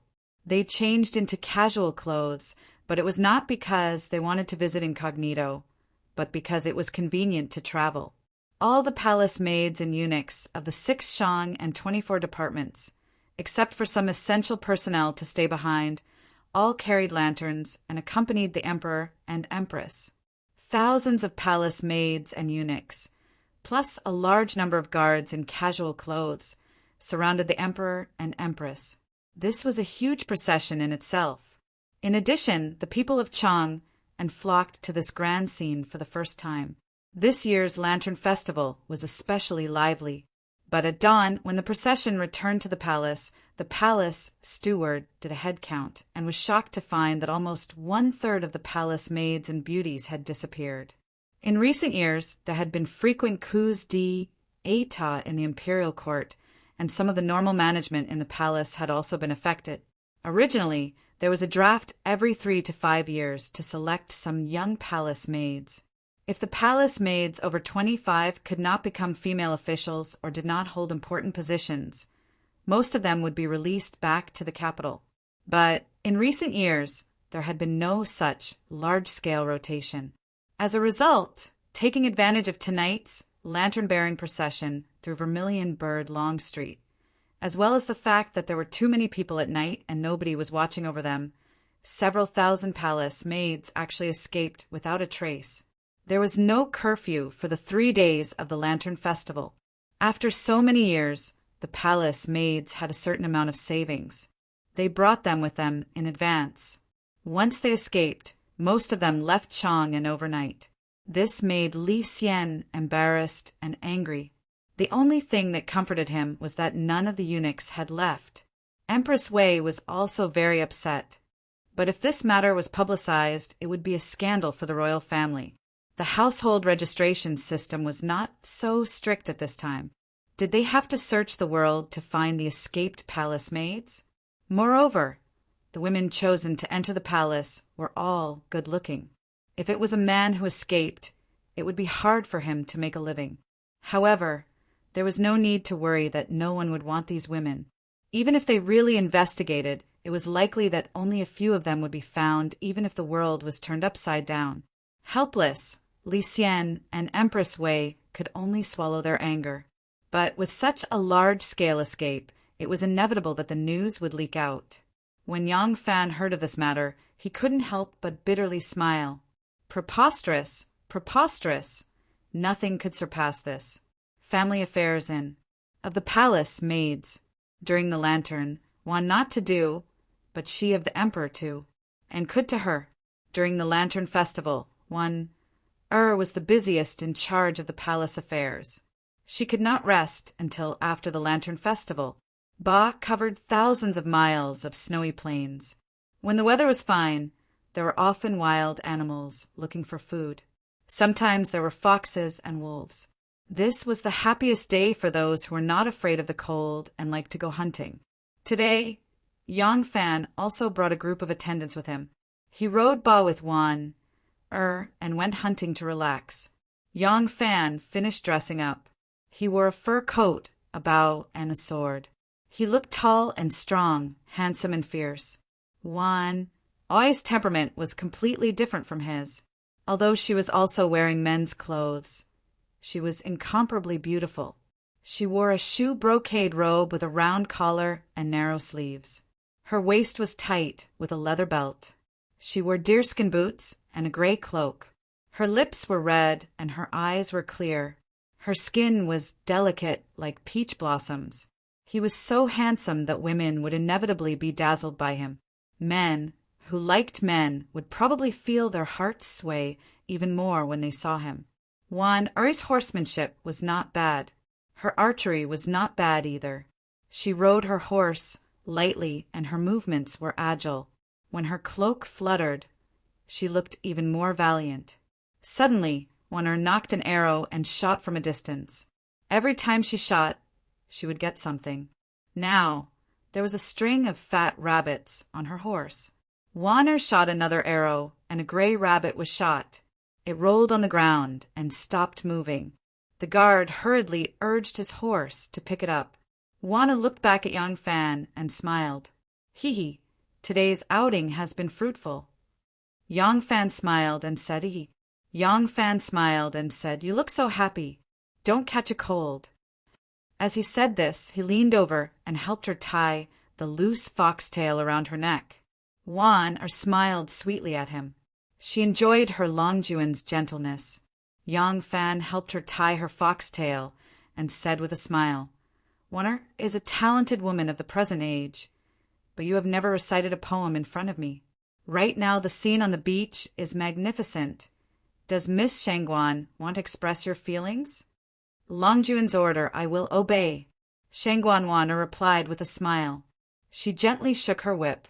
After thinking for a while, she slowly recited, "3 winters, the moon, the year of the dragon. 10,000 riders, watching the wind, leave Bachuan. Watching the lightning leap dragon as a horse. Returning to the frosty plains, the jade becomes a field." Yang Fan clapped his hands and praised. "Good! What a good line! Watching the lightning leap dragon as a horse. Returning to the frosty plains, the jade becomes a field." Although one is a woman, this poem is magnificent. The atmosphere is extraordinary. It has the spirit of a woman who is not inferior to men. I wanted to change the topic from the scenery on Ba Chuan to the love between the two of them, but Yang Fan's praise interrupted her train of thought. She couldn't help rebuking, "Look at you. I was just about to put you and me into the poem. Now that you've interrupted me, I've lost my inspiration." Yang Fan coughed lightly. He laughed and said, "What's so difficult about that? When we get back from hunting, the room will be as warm as spring, and the gums will be filled with boundless love. You and I will be in love. When we become one person, the next line will naturally come to mind." Waner blushed. She lightly spat at him. She softly and charmingly said, "A dog's mouth can't spit out ivory." The two of them were flirting with each other when suddenly a horse galloped from afar. Yang Fan squinted his eyes and looked at the dazzling snow. He saw a man in a long robe. He was running towards the two of them. The man quickly arrived. He first cupped his fists and bowed to Shangguan. Then he turned to Yang Fan and politely said, "Greetings, great general." As soon as Yang Fan saw that it was Waner's man, he stopped his horse and didn't say anything. Waner was confused and asked, "Is there something in the palace?" The man was Waner's confidant. He knew the relationship between Waner and Yang Fan, so he didn't avoid it. He dismounted and walked quickly to Waner's horse. He took out a secret letter from his sleeve and held it up high. He said, "Fu Jiejie ordered me to deliver this secret letter." Waner exhaled a cloud of white air. She hung the horsewhip on her little finger. She reached out and took the letter. She opened it and read it. A trace of disdain appeared at the corner of her mouth. She said to the knight, "I got it. Tell Ching Ching and present it to His Majesty." "Yes." The knight respectfully replied. He cupped his fists and bowed to Yang Fan. He turned around and mounted his horse.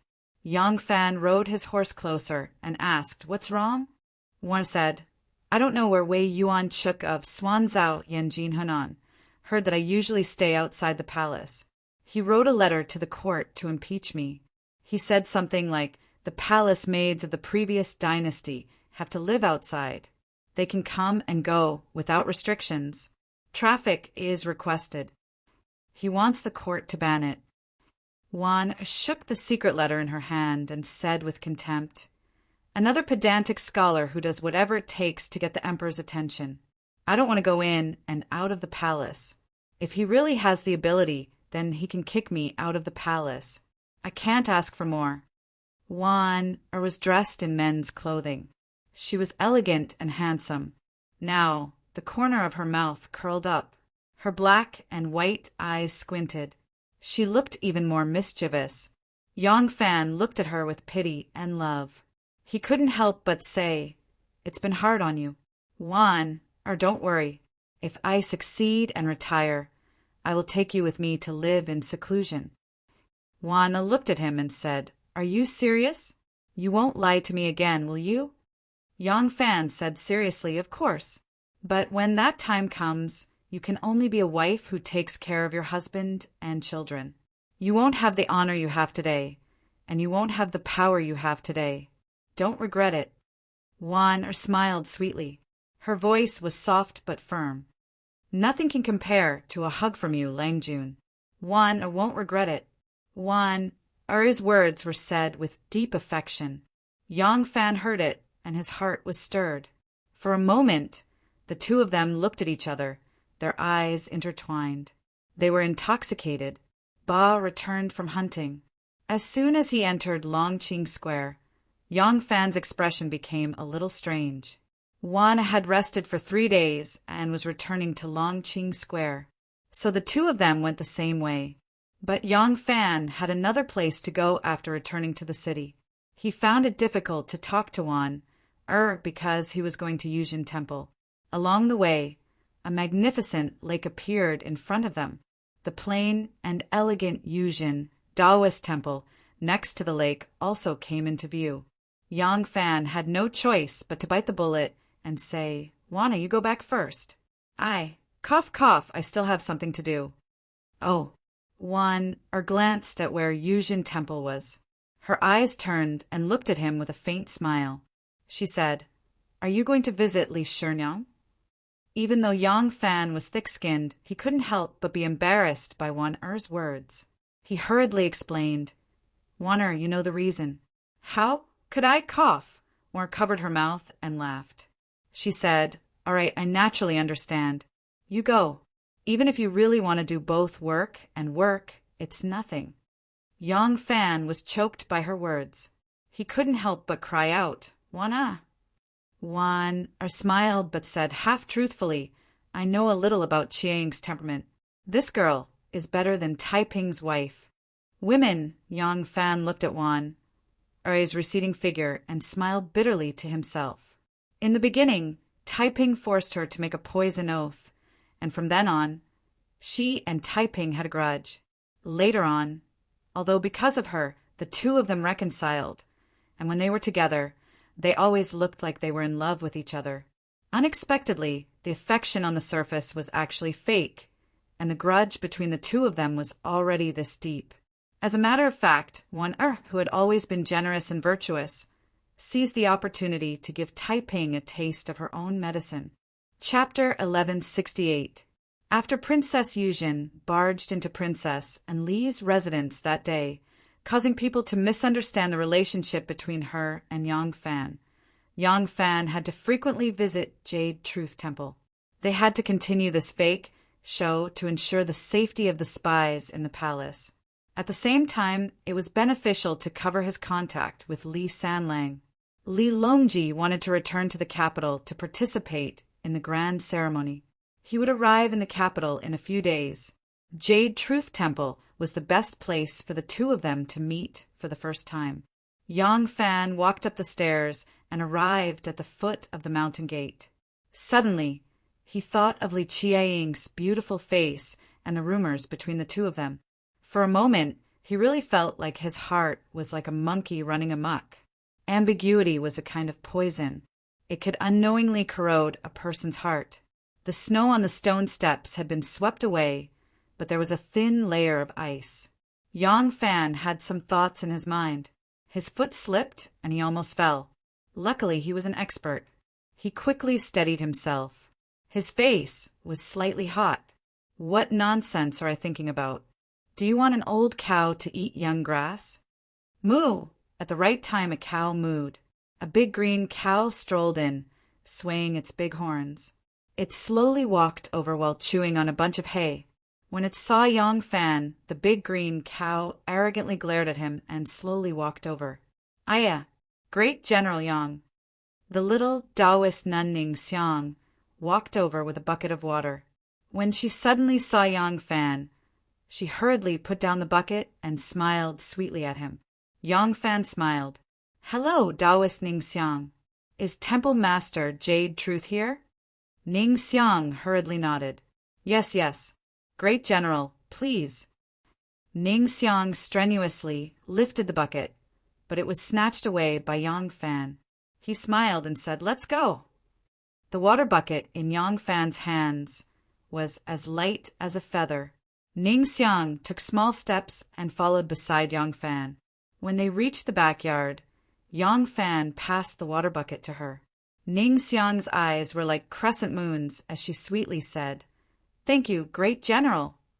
The sound of a zither drifted over from the front. Yang Fan smiled and nodded at Ning Xiang. He slowed down his pace and walked over. When he reached the corridor, the sound of the zither from inside the room became clearer. Although Yang Fan had learned to play the zither when he was young, and had been taught by Duganing Ku and other masters, he had only picked a few pieces to practice his fingering skills. He was not familiar with too many ancient pieces, so he could only hear the simple melody but didn't know what kind of music it was. Yang Fan stood in the corridor and listened quietly. Occasionally, a gust of wind would blow some snow off the eaves. The speed at which the snow fell seemed to be even faster than the sound of the zither. Yang Fan listened for a while and felt that this zither song lacked some emptiness and elegance. It was tinged with melancholy and didn't seem like Taoist music. He thought about it and couldn't help but laugh. This Yuzhen became a nun to avoid marriage. Her master is infatuated with officialdom and rarely comes to teach her anything. She must have learned this song when she was at the Prince of Xiang's estate. When the zither music finally stopped, Yang Fan knocked on the door with the lingering music lingering in the air. Knock, knock, knock. Who is it? Temple Master Yuzhen, this Yang requests an audience. Ah. Thump. 1, 7 notes rang out in unison, followed by what seemed to be a cry of alarm. The zither fell to the ground, shaking the 7 strings, and then there was a flurry of sounds. Yang Fan's eyebrows shot up, almost suspecting that a large, straight tail had grown out of his butt. Is there a need to be so scared? After a while, the room quieted down. He heard Li Qiang say in a forcefully calm voice, "General Yang, please come in." Yang Fan slowly pulled open the barrier door and saw Li Qiang dressed in blue, standing with her head bowed. When he looked into the room, he saw that the walls and floor were empty. There was still a Tao character dripping with ink hanging on the wall, but there was nothing on the floor except a few prayer mats. Li Qiang saw his searching gaze, and the blush on her face deepened. She lightly lowered her eyes and shyly said, "Great General, please come in." Yang Fan took off his boots and entered the room. Li Qiang followed. Under her blue Taoist robe was a pair of snow-white socks. Her feet were slender like the moon, and her gait was as light as a cat's. The two of them each sat down on a prayer mat. Li Qiang lowered her eyebrows and said with a slightly blushing face, "Why did the great general come?" Yang Fan said, "Didn't the temple master say that San Lang might return to the capital today? I thought that San Lang and the temple master have a close sibling relationship. If he returns to the capital, he will definitely come to visit the temple master. So I wanted to wait for him here." "Oh, Thoid brother returned to the capital this morning, but I don't know if he will come today," Li Qiang said in a low voice. There was a faint sense of loss in her heart. Yang Fan saw that she was suddenly lost in thought, her long eyelashes blinking. She looked as if her soul had left her body. He couldn't help but look at her with curiosity. Li Qiang was lost in thought for a long time. She suddenly came back to her senses. When she saw Yang Fan's strange gaze, her cheeks became hot again. It was as if her thoughts had been seen through. She said guiltily, Yuzhen forgot to serve tea to the great general. Please wait a moment, great general." Li Qiang was so nervous that she forgot to call someone to serve her. She actually ran to prepare tea herself. But just as she ran to the door, before she could put on her boots and go out, she heard a shout of surprise. "Third brother, you're here!" Yang Fan heard the voice and looked up. He saw a handsome young man wearing a light blue robe, a black cloak, and a black gauze hat on his head. He was striding over from the snowy path in high spirits. "Shirnyang, long time no see." Li Longji affectionately held his younger sister's hand. Seeing Li Qiang's tears welling up, he could not help but patted her back with pity. His gaze went over her shoulder and suddenly saw Yang Fan, who was slowly standing up. Their eyes met and they smiled at each other. In the middle of the room, there is a 2 feet wide floor. When the floor is lifted, it is hollow. The stove is placed in the middle, and the red charcoal is burning, causing Li Qiang's face to turn red. Yang Fan and Li Longji are sitting cross-legged facing each other. Li Qiang is holding a pair of fire tongs and occasionally fiddling with the charcoal. Occasionally, she would raise her head and look at the two men closest to her. Her face is filled with satisfaction and happiness. Li Longji and Yang Fan chatted happily for a while. Suddenly, he turned to Li Qiang and asked Shernyan, "Do you have a more secretive place here?" "Oh, yes. If third brother has something to say, we can discuss it in the inner room." Li Qiang regained her senses and hurriedly replied. Li Longji smiled and faced Yang Fan, cupping his hands respectfully. "Great General, please." "Prince of Linzi, please." Yang Fan did not overstep his boundaries, just because Li Longji wants to rely on him. Li Longji smiled and stepped forward. Pulling open a barrier door, he turned his head to Li Qiang and instructed, "This place is as usual. Do not let anyone in." Li Qiang nodded her head in acknowledgement. Li Longji and Yang Fan then entered the inner room one after another. Once inside, Yang Fan discovered that it is a completely different world. After pulling open the barrier door, there is not only one room, but a long corridor that connects to 3 rooms. The 2 rooms on each side should be Li Qiang's study room and bedroom respectively. The door in the middle is open, and it is a quiet room dedicated to the statue of Lord Laozi. After Yang Fan and Li Longji entered the inner room, Li Qiang was lost in her thoughts for a while. Suddenly, she sighed softly and pressed on the floor beside the wall. A small door slid open and a zither can be seen.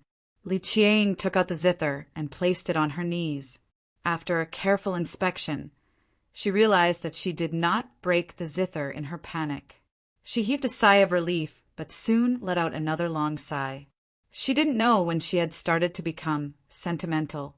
In the quiet room, Yang Fan and Li Longji are engaged in a conversation that is of utmost importance to them and the entire world.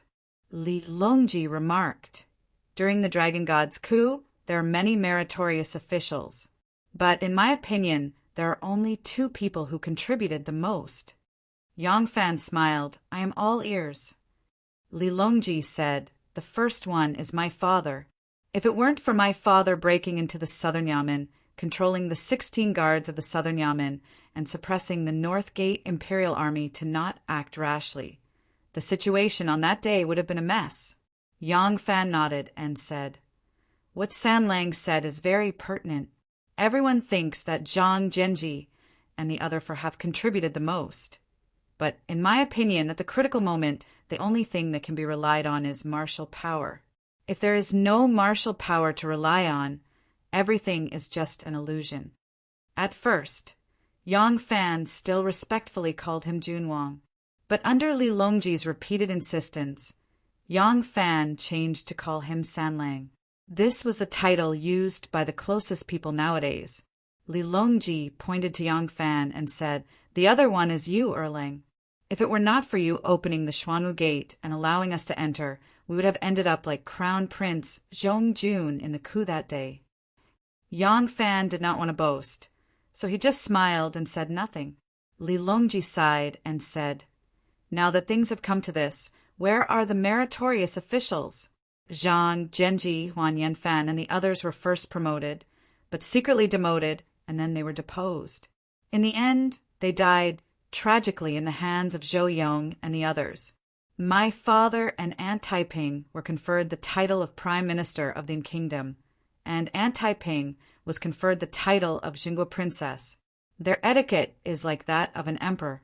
It can be said that they are extremely favored. In fact, they are just like Zhang Genji and the others. They are honorable on the surface, but secretly embarrassed. Now they are living an ignoble life, not knowing when the butcher's knife will fall.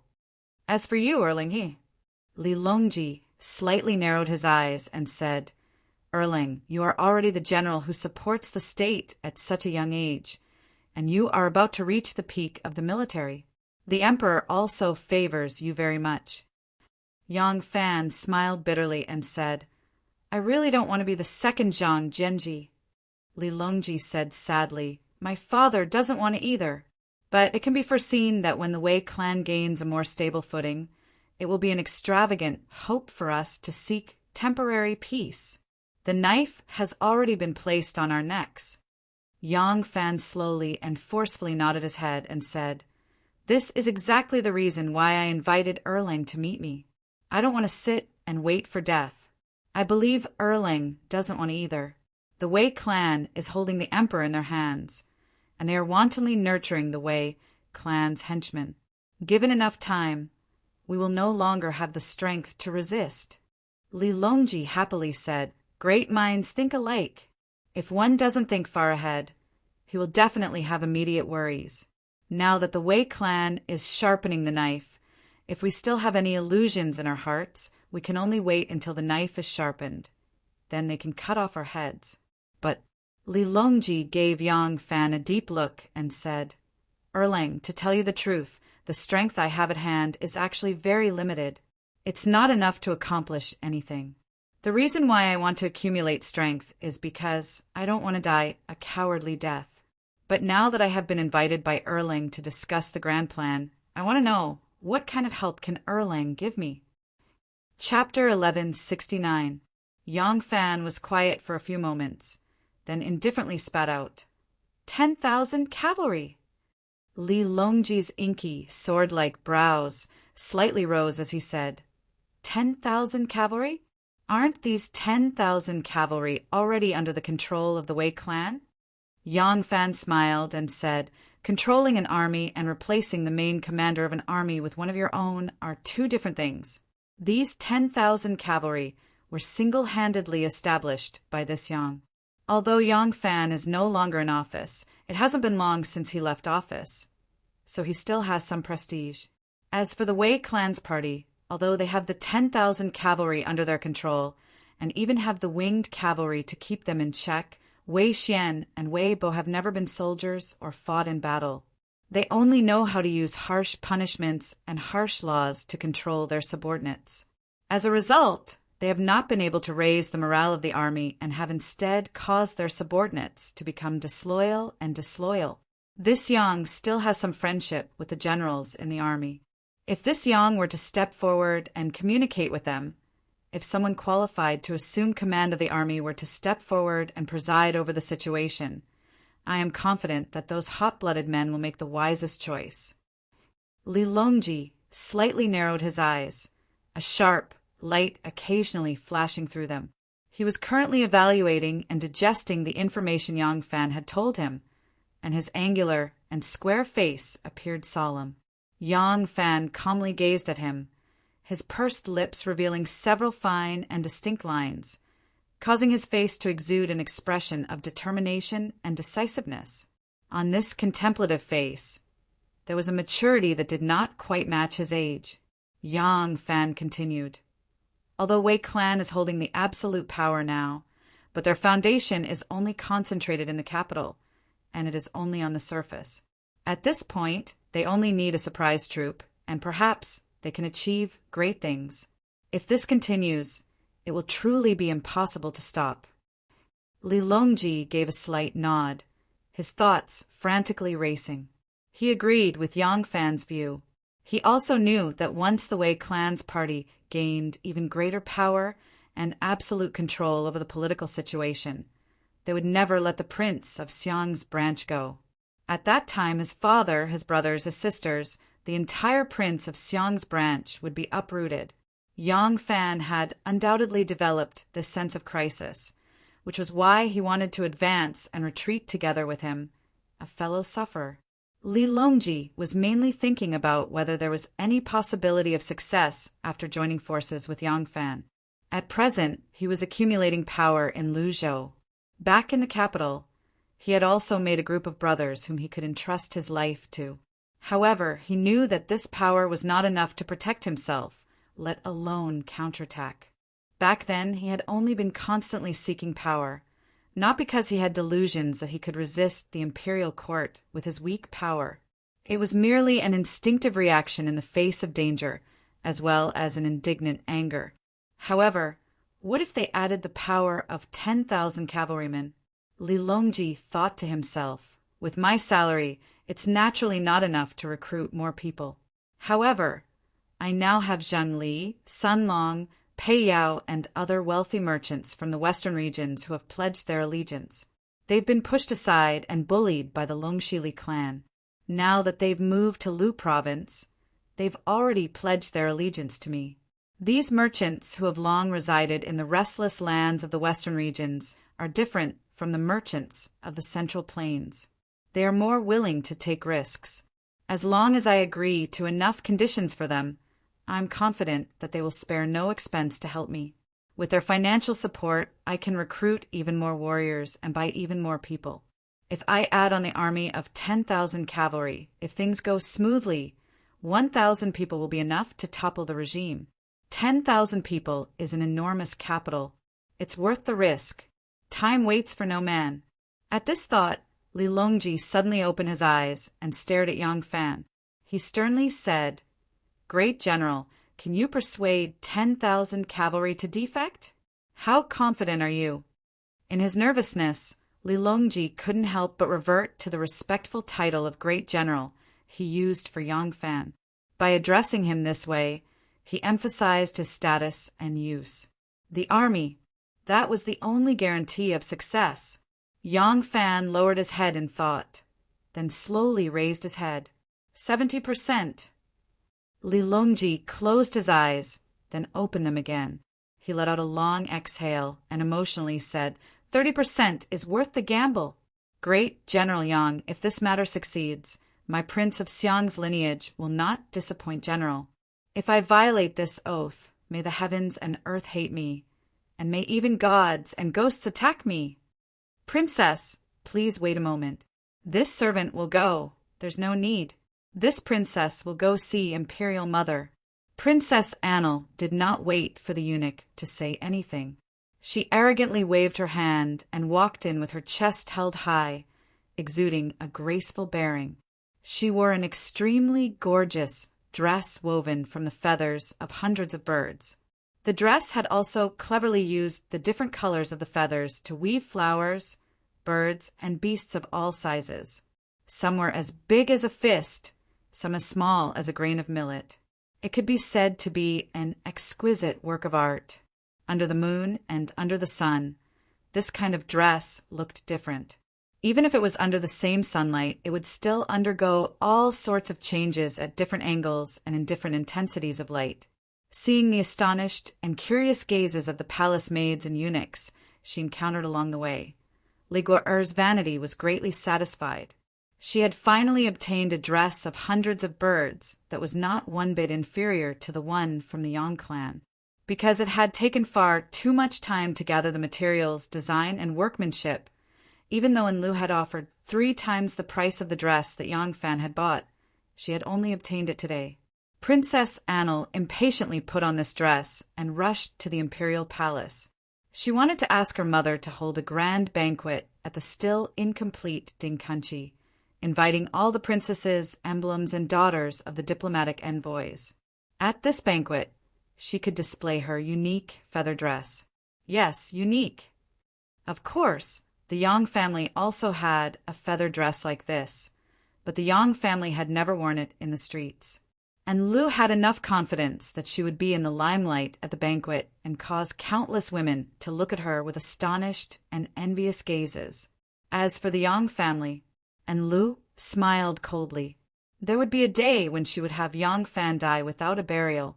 She would have Yang Fan's wives, concubines, and children all become her official slaves. She would humiliate and enslave them at will. She would confiscate Yang Fan's home and personally burn that feather dress that had humiliated her. Princess and Lu arrives. The palace guard Taijian following behind, and Lu saw that Enlil was about to enter the palace and suddenly sang loudly. And Lu had wanted to give her mother a surprise.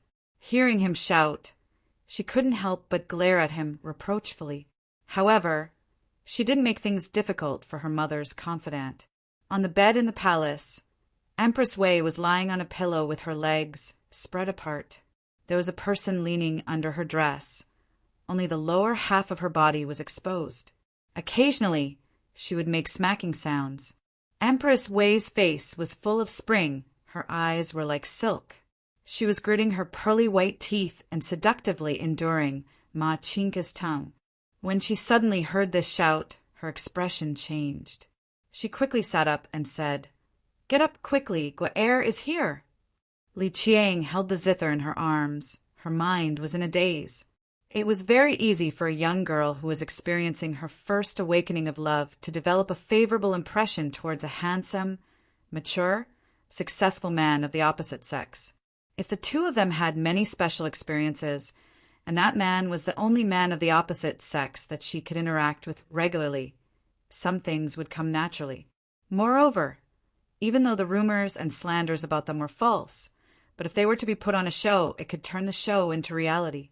She did not know when it started, but Yang Fan's figure had already filled her heart.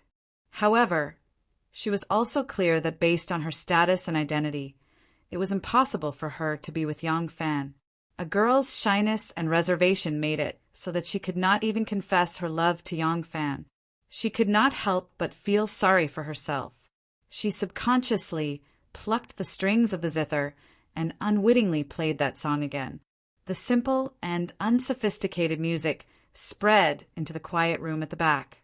Yang Fan and Li Longji, who were sitting opposite each other and discussing official business, appeared to have a kind of ancient feeling. However, when he heard his sister's zither song, Li Longji was startled.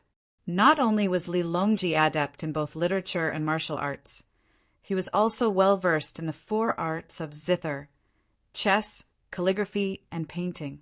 He was no stranger to the song that his little sister was playing. As he listened to that familiar melody, a corresponding ancient poem flowed through his heart like the murmuring of a brook.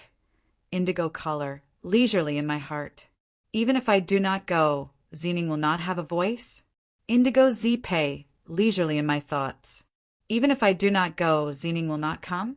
Picking and picking in the city watchtower. One day apart is like 3 months. This temple master of true Jade Temple, who had already entered the Tao and had already attained a rank for Immortal Book, was actually playing the song Indigo Collar. Sister, this is thinking of who? Li Longji's expression suddenly became rather strange. Yang Fan did not notice his strangeness. He was currently responding to the conditions that Li Longji had just proposed. The official path is dangerous. San Lang, once this matter is completed, I don't want the title of prince, nor do I want to stay in the bureaucracy. This Yang would rather be a carefree and unfettered farmer. I am willing to do everything in my power to assist the Prince of Xiang. I only ask that after this matter is completed, San Lang can promise me 2 things. Li Longji hurriedly gathered his thoughts and said to Yang Fan, "What are these 2 things? Erlang, please speak." Yang Fan said, "First, if this matter is completed, I hope that the Prince of Xiang's bloodline can treat our brothers in the cavalry well. It's fine even if we have to transfer them from the army for other purposes, but please treat them well." Li Longji gazed at Yang Fan and suddenly laughed involuntarily. "Ha ha! Erlang, are you worried that we will be like the current His Majesty, suspecting you for no reason and fearing your prestige in the cavalry, thus doing something unfavorable to them?" Li Longji calmly shook his head. "They are your comrades, and even more so, officials of the imperial court. If an emperor cannot win the loyalty of those who rely on the emperor's salary, cannot suppress those who harbor dissenting ambitions, then this emperor is incompetent. Incompetent people, no matter how hard they try, will find it hard to escape defeat." So, Li Longji took a deep breath and confidently said, "After this matter is completed, the imperial court will still put them in important positions, as long as the emperor treats his officials like his own brothers and sisters. Even if it's you, if you want to lead them to rebel against the imperial court, they will definitely not comply." Yang Fan looked at this high-spirited young prince in front of him and cheerfully nodded. Li Longji asked, "Then what's the second matter?" Yang Fan pondered for a moment and said, The second matter is easy to handle. It's about a woman. Li Longji's expression suddenly became strange again. He asked a woman. Yang Fan nodded and softly said, "She and I are in love with each other. However, her identity and status are too sensitive, so we can't stay together. If we succeed today, I hope that Sanlang can lend me a hand and let me take her to live in seclusion in the forest." Li Longji's face suddenly flushed red. His eyes widened, and his figure leaped up like a tiger. He clenched his fists and shouted, "Shut up!" Yang Fan was stunned. Li Longji said sternly, "You already have a house full of wives and concubines, yet you still have designs on my younger sister? No matter how precarious my family situation is, she is still a member of the imperial family. How can she be a concubine? You actually dare to raise such a condition? What kind of person do you think I, Li Sanlang, am? Whether it's for self-preservation or for the throne, this Li will not betray my family and sacrifice my younger sister." Yang Fan wiped the spittle off his face and blankly looked at the furious Li Longji. He thought to himself, did this guy drink too much? Chapter 1170. Princess and Lu walked into the bedroom and saw her mother reclining on the bed. Grand Physician Machinka was sitting on a brocade stool by the bed and taking her mother's pulse. And Lu asked, "Anyang, are you not feeling well?" Empress Wei's hair was slightly loose. Her face was flushed, her eyes watery. She really did look like she was lying on the bed. She smiled slightly at her daughter and said, "Nothing, it's just that I didn't sleep well. After Grand Physician Ma's treatment, I'm much better." Empress Wei glanced at Machinka, who was putting on an act, and said lightly, "You can leave. Ben Gong wants to speak with my daughter." "Yes, this subject will leave." Machinka hurriedly picked up the medicine box that had never been opened and bowed to Empress Wei and in Lu before retreating outside. Machinka had a dignified appearance, and even in Lu couldn't help but take another look at him. And Li's heart suddenly skipped a beat. There was a strand of curly hair stuck to the corner of Machinka's mouth, and when he looked at his mother's flushed cheeks, and Lu suddenly realized something. Empress Wei felt slightly guilty under her daughter's slightly strange gaze. She hurriedly coughed and straightened her body, asking, "Why does daughter have the time to visit mother today?" Princess and Lu quickly concealed her strangeness. She lifted the hem of her dress and twirled on the spot. She giggled and asked, "Anyang, do you think daughter's dress looks good?" When Empress Wei saw it, her eyes lit up. She carefully examined the feather dress and praised, "It really is a work of art. Where did this daughter buy such a dress? It is probably one of a kind in the world." "Hee, of course it is. Unique." Princess and Lu was very proud. When she said unique, she suddenly remembered that the Yang family had a similar dress. A thread of darkness flashed across her heart, but she quickly threw the thought away. This dress is not unique now, but it will definitely be in the future. Princess and Lu put down the hem of her dress and went forward to grab Empress Wei's arm. She giggled and said, "Anyang, it's almost spring and the flowers are blooming. My Ding Kuan Chi is starting to take shape. Why doesn't mother invite all the noble ladies and socialites in the capital and hold a banquet at Ding Kuan Chi?" Empress Wei heard this and understood her daughter's intentions. She couldn't help but chuckle. You got a precious dress and you can't wait to show it off to others." Princess and Lu wasn't shy at all. She smiled and said, "Since I have embroidered clothes, how can I travel at night? Mother, do you agree?" Empress Wei thought for a moment and said, "Daughter, it is not necessary to go to Ding Kuan Chi to hold the banquet. This spring the court will be holding the heaven and earth sacrificial ceremony in the southern suburbs. Mother wants to personally attend the ceremony. Mother is a woman. It is not good to ask a group of foreign officials to serve as the kitchen attendants. Therefore, I want all the madams and daughters of the ministers in the capital to serve as the kitchen attendants. Your daughter will be going with mother. When the time comes, not only will all the noble ladies and young ladies of the capital be able to witness your splendor, Even the ministers of the court will be able to admire your elegance." When Princess Enel heard this, she was overjoyed and quickly said, "Good, good, but mother wants to be the Yashin. Will father agree?" Ever since the Duke of Zhou established rights, the use of rights in the officialdom grew.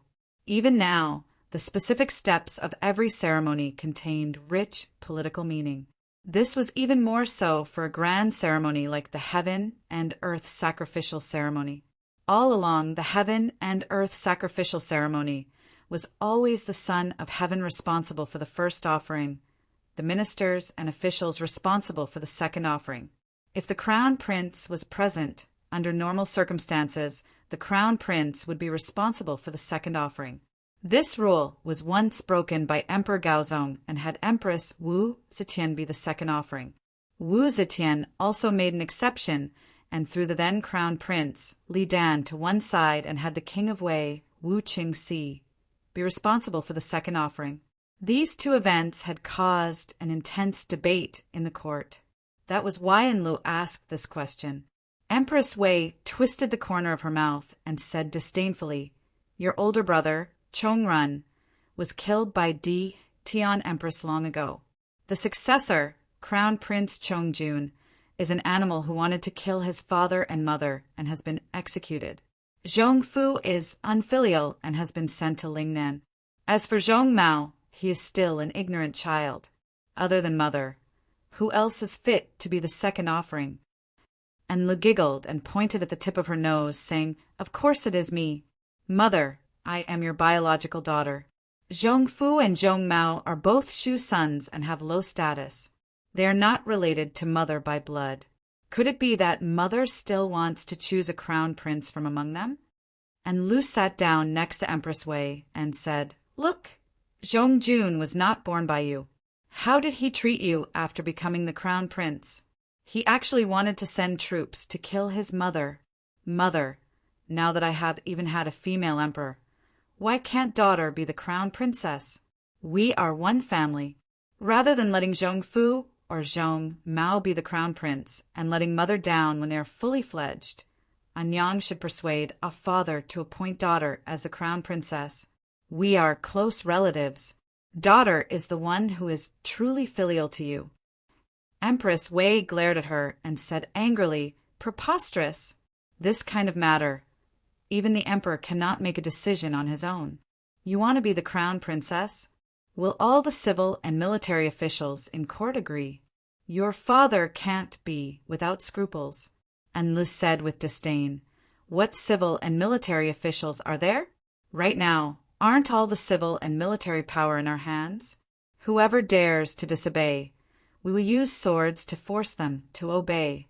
Ah, Anyang, why don't we do this?"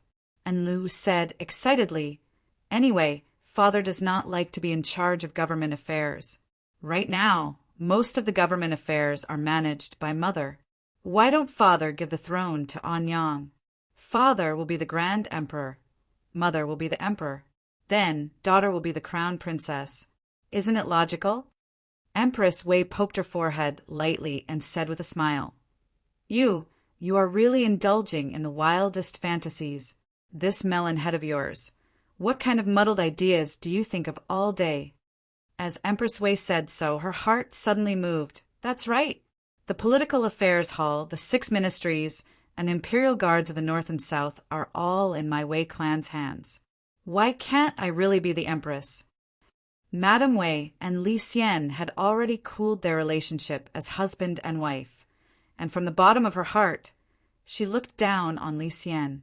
Ever since the refined Ma Qinka and the strong and muscular Yang Jun had become her guests, she felt even less shame for Li Xian's position. Now, her daughter's words had actually moved her heart. Thinking of the Empress Wu Zetian's domineering and unparalleled presence in the past, thinking of how she herself didn't even dare to breathe loudly in front of this Empress grandmother, Empress Wei's thoughts couldn't help but wander. Li Xian had been afraid of Empress Wei for a long time. Even though he had become the emperor, this henpecked habit had never been changed. Moreover, right now, both the civil and military paths were in the hands of Madame Wei. He, as the emperor had no confidence.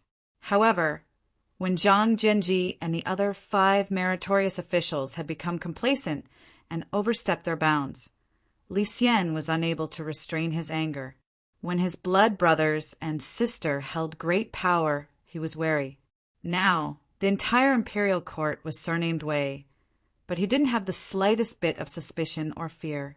This emperor, who had lived in Fangzhou's Huangzhuling for 16 years, seemed to only have a vision as big as a thatched hut. In his view, no matter how powerful his wife was, she was still his wife, his family. Her power was his power. Moreover, her power had to rely on his status as the emperor, so he didn't have to worry about betrayal. Therefore, when Empress Wei begged him to make the offering, Li Xian almost didn't have to think at all and readily agreed. But as expected, this matter caused a great uproar in the imperial court. When Emperor Gaozong was consecrated on Mount Tai, it was Empress Wu Zetian who was responsible for making the offering. That was an unprecedented move. As a result, Wu Zetian succeeded Emperor Gaozong and became the emperor. From then on, Li Tang had been in turmoil for more than 20 years. Could it be, after Wu Zetian, there was going to be another Empress Wei? Even though the Wei clan had basically taken control of the imperial court, they still couldn't control all voices. Immediately, an imperial censor objected. Empress Wei had long since prepared for this.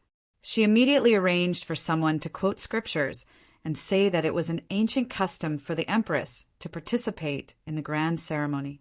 The opposing imperial censor argued that in the ancient custom, the empress's participation in the grand ceremony was a sacrifice to the ancestors, a sacrifice to the imperial ancestral temple, and not a sacrifice to the heavens and the earth. There was a fundamental difference between the two. The two factions argued endlessly. Seeing this, Li Xian decided, this matter can be decided by the prime ministers. Who were the people in the political affairs hall? Yan Zixi, who was in a dilemma, and Dolu Qinhuang, who was ostensibly loyal to Li Xian, but was actually the prince of Xiang's trusted aide, had injured his body in the tug-of-war and was currently bedridden, recovering from his injuries at home. Of the remaining prime ministers, 3 were surnamed Wei, all of them of the same clan as Empress Wei. The prime ministers naturally stood on Empress Wei's side, so the matter of the empress's offering was settled. Bang! A cup of tea was slammed down in front of Li Longji, the tea instantly spilling out and splashing onto the table. Following that, another cup of tea was brought out. A pair of slender and delicate hands gently placed it in front of Yang Fan, and a gentle smile appeared on her face. Li Longji had a bitter smile on his face. Ever since he had misunderstood Yang Fan last time and almost fought with Yang Fan, Princess Yuzhen had been both angry and embarrassed after learning the truth. She no longer had a good attitude toward her third brother. Ah, girls always go out. Isn't it all for your own good that I'm doing this? Li Longji rubbed his nose and thought gloomily. Great General, please have some tea. Li Qiaying gave a gentle smile to Yang Fan, picked up the tea tray and left the room. Li Longji bitterly watched his sister leave, but all he got in return was an indignant, supercilious look. Then he pulled the curtain door shut. Cough! Yang Fan coughed awkwardly and said, Sen Lang, are you aware of what has happened in the court these days? Yang Fan and Li Longji both lived by the Longqing Pond. Yang Fan's mansion was next to Li Qingqi's, so there was no need for him to come to Yuzhen Temple. However, Yang Fan had no choice. There was someone else's spy by his side, and Yang Fan didn't want to expose this person, but he also had to guard against him. Thus, he could only use Princess Yuzhen as a cover. Li Longji's expression turned serious, and he nodded lightly. The emperor announced that the empress would be the offering of the offering. Afterwards, a palace maid said that colorful, auspicious clouds had appeared on the empress's dress. It was an auspicious sign, and the emperor announced it to the world. Yang Fan continued, Yesterday there was another person who said that there must be a song before the sage received the mandate from heaven. Before Emperor Taizong received the mandate, there was a song called Peaches and Plums. Before Emperor Taizong received the mandate, there was a song called Music of the King of Qin breaking the formation. Before Heaven received the mandate, there was a song called Charming Lady. Today, there is a song called Mulberry Tiao Wei. It can be seen that Empress Wei is the empress of the nation from heaven. Li Longji said, all these are very similar to the empress before she became the emperor. First the offering, then the auspicious sign, followed by the mandate from heaven. Ha! Empress Wei's actions are all imitating the empress. Then what did the empress do next? Yang Fan narrowed his eyes slightly and said sternly, kill the members of Li Tang's royal family and execute the loyal officials of Li Tang. Li Longji said with a heavy expression, we are like an arrow on the bowstring. We have no choice but to release it. Chapter 1171. Back then, Wu Zetian had waited until her husband had passed away, until her son had become emperor. Only then did she begin to build up her power and move to eradicate her dissidents. Only after preparing for 8 whole years was she able to force the puppet emperor's son to abdicate the throne. But Empress Wei was not like Wu Zetian. The more important the matter was, the more she planned before taking action. Only when the willow had just sprouted did she have the ambition to become emperor. Before the willow catkins had filled the air, she had already accomplished half of what Wu Zetian had needed 8 years to accomplish. Countering soldiers with arms was built on a foundation of equal strength. If there was a large disparity in strength between the two sides, then what was the use of countering soldiers with arms? By the time the opponent was fully prepared, there would be no way to stop them. All they could do was close their eyes and accept death. Yang Fan and Li Longji were both people with the keen senses of wild beasts. They sensed danger, but they could not be sure when Empress Wei would begin her purge of the imperial clan and loyal ministers, so they had to race against time. Yang Fan sternly asked, has Sanlang ever tried to probe your esteemed father's intentions? What does the prince of Xiang think? Li Longji lightly shook his head and dejectedly said, I once carefully probed my father's intentions. When my father sensed something, he immediately sternly reprimanded me. His esteemed self will not. Alas! Yang Fan thought for a moment, then said, since this is the case, there is no need for you to probe your esteemed father's intentions. If this matter succeeds, it will naturally be best for your esteemed father to ascend to the throne. At that time, your esteemed father will be the Emperor Emeritus, and I believe that your esteemed father will be able to accept this result. If your esteemed father insists on not replacing his brother, then we will settle for the next best thing and have your esteemed father become regent. In short, we must seize power. No matter what, we cannot allow the present emperor to grasp it, or else we will inevitably end up like Zhang Jianji and the others. Li Longji solemnly nodded. I understand. After the grand ceremony, I will hurry back to Lu province to prepare. Yang Fan said, good. I will also try to get in touch with a squad of my 10,000 cavalry as soon as possible. If we can make it in time, we will act first.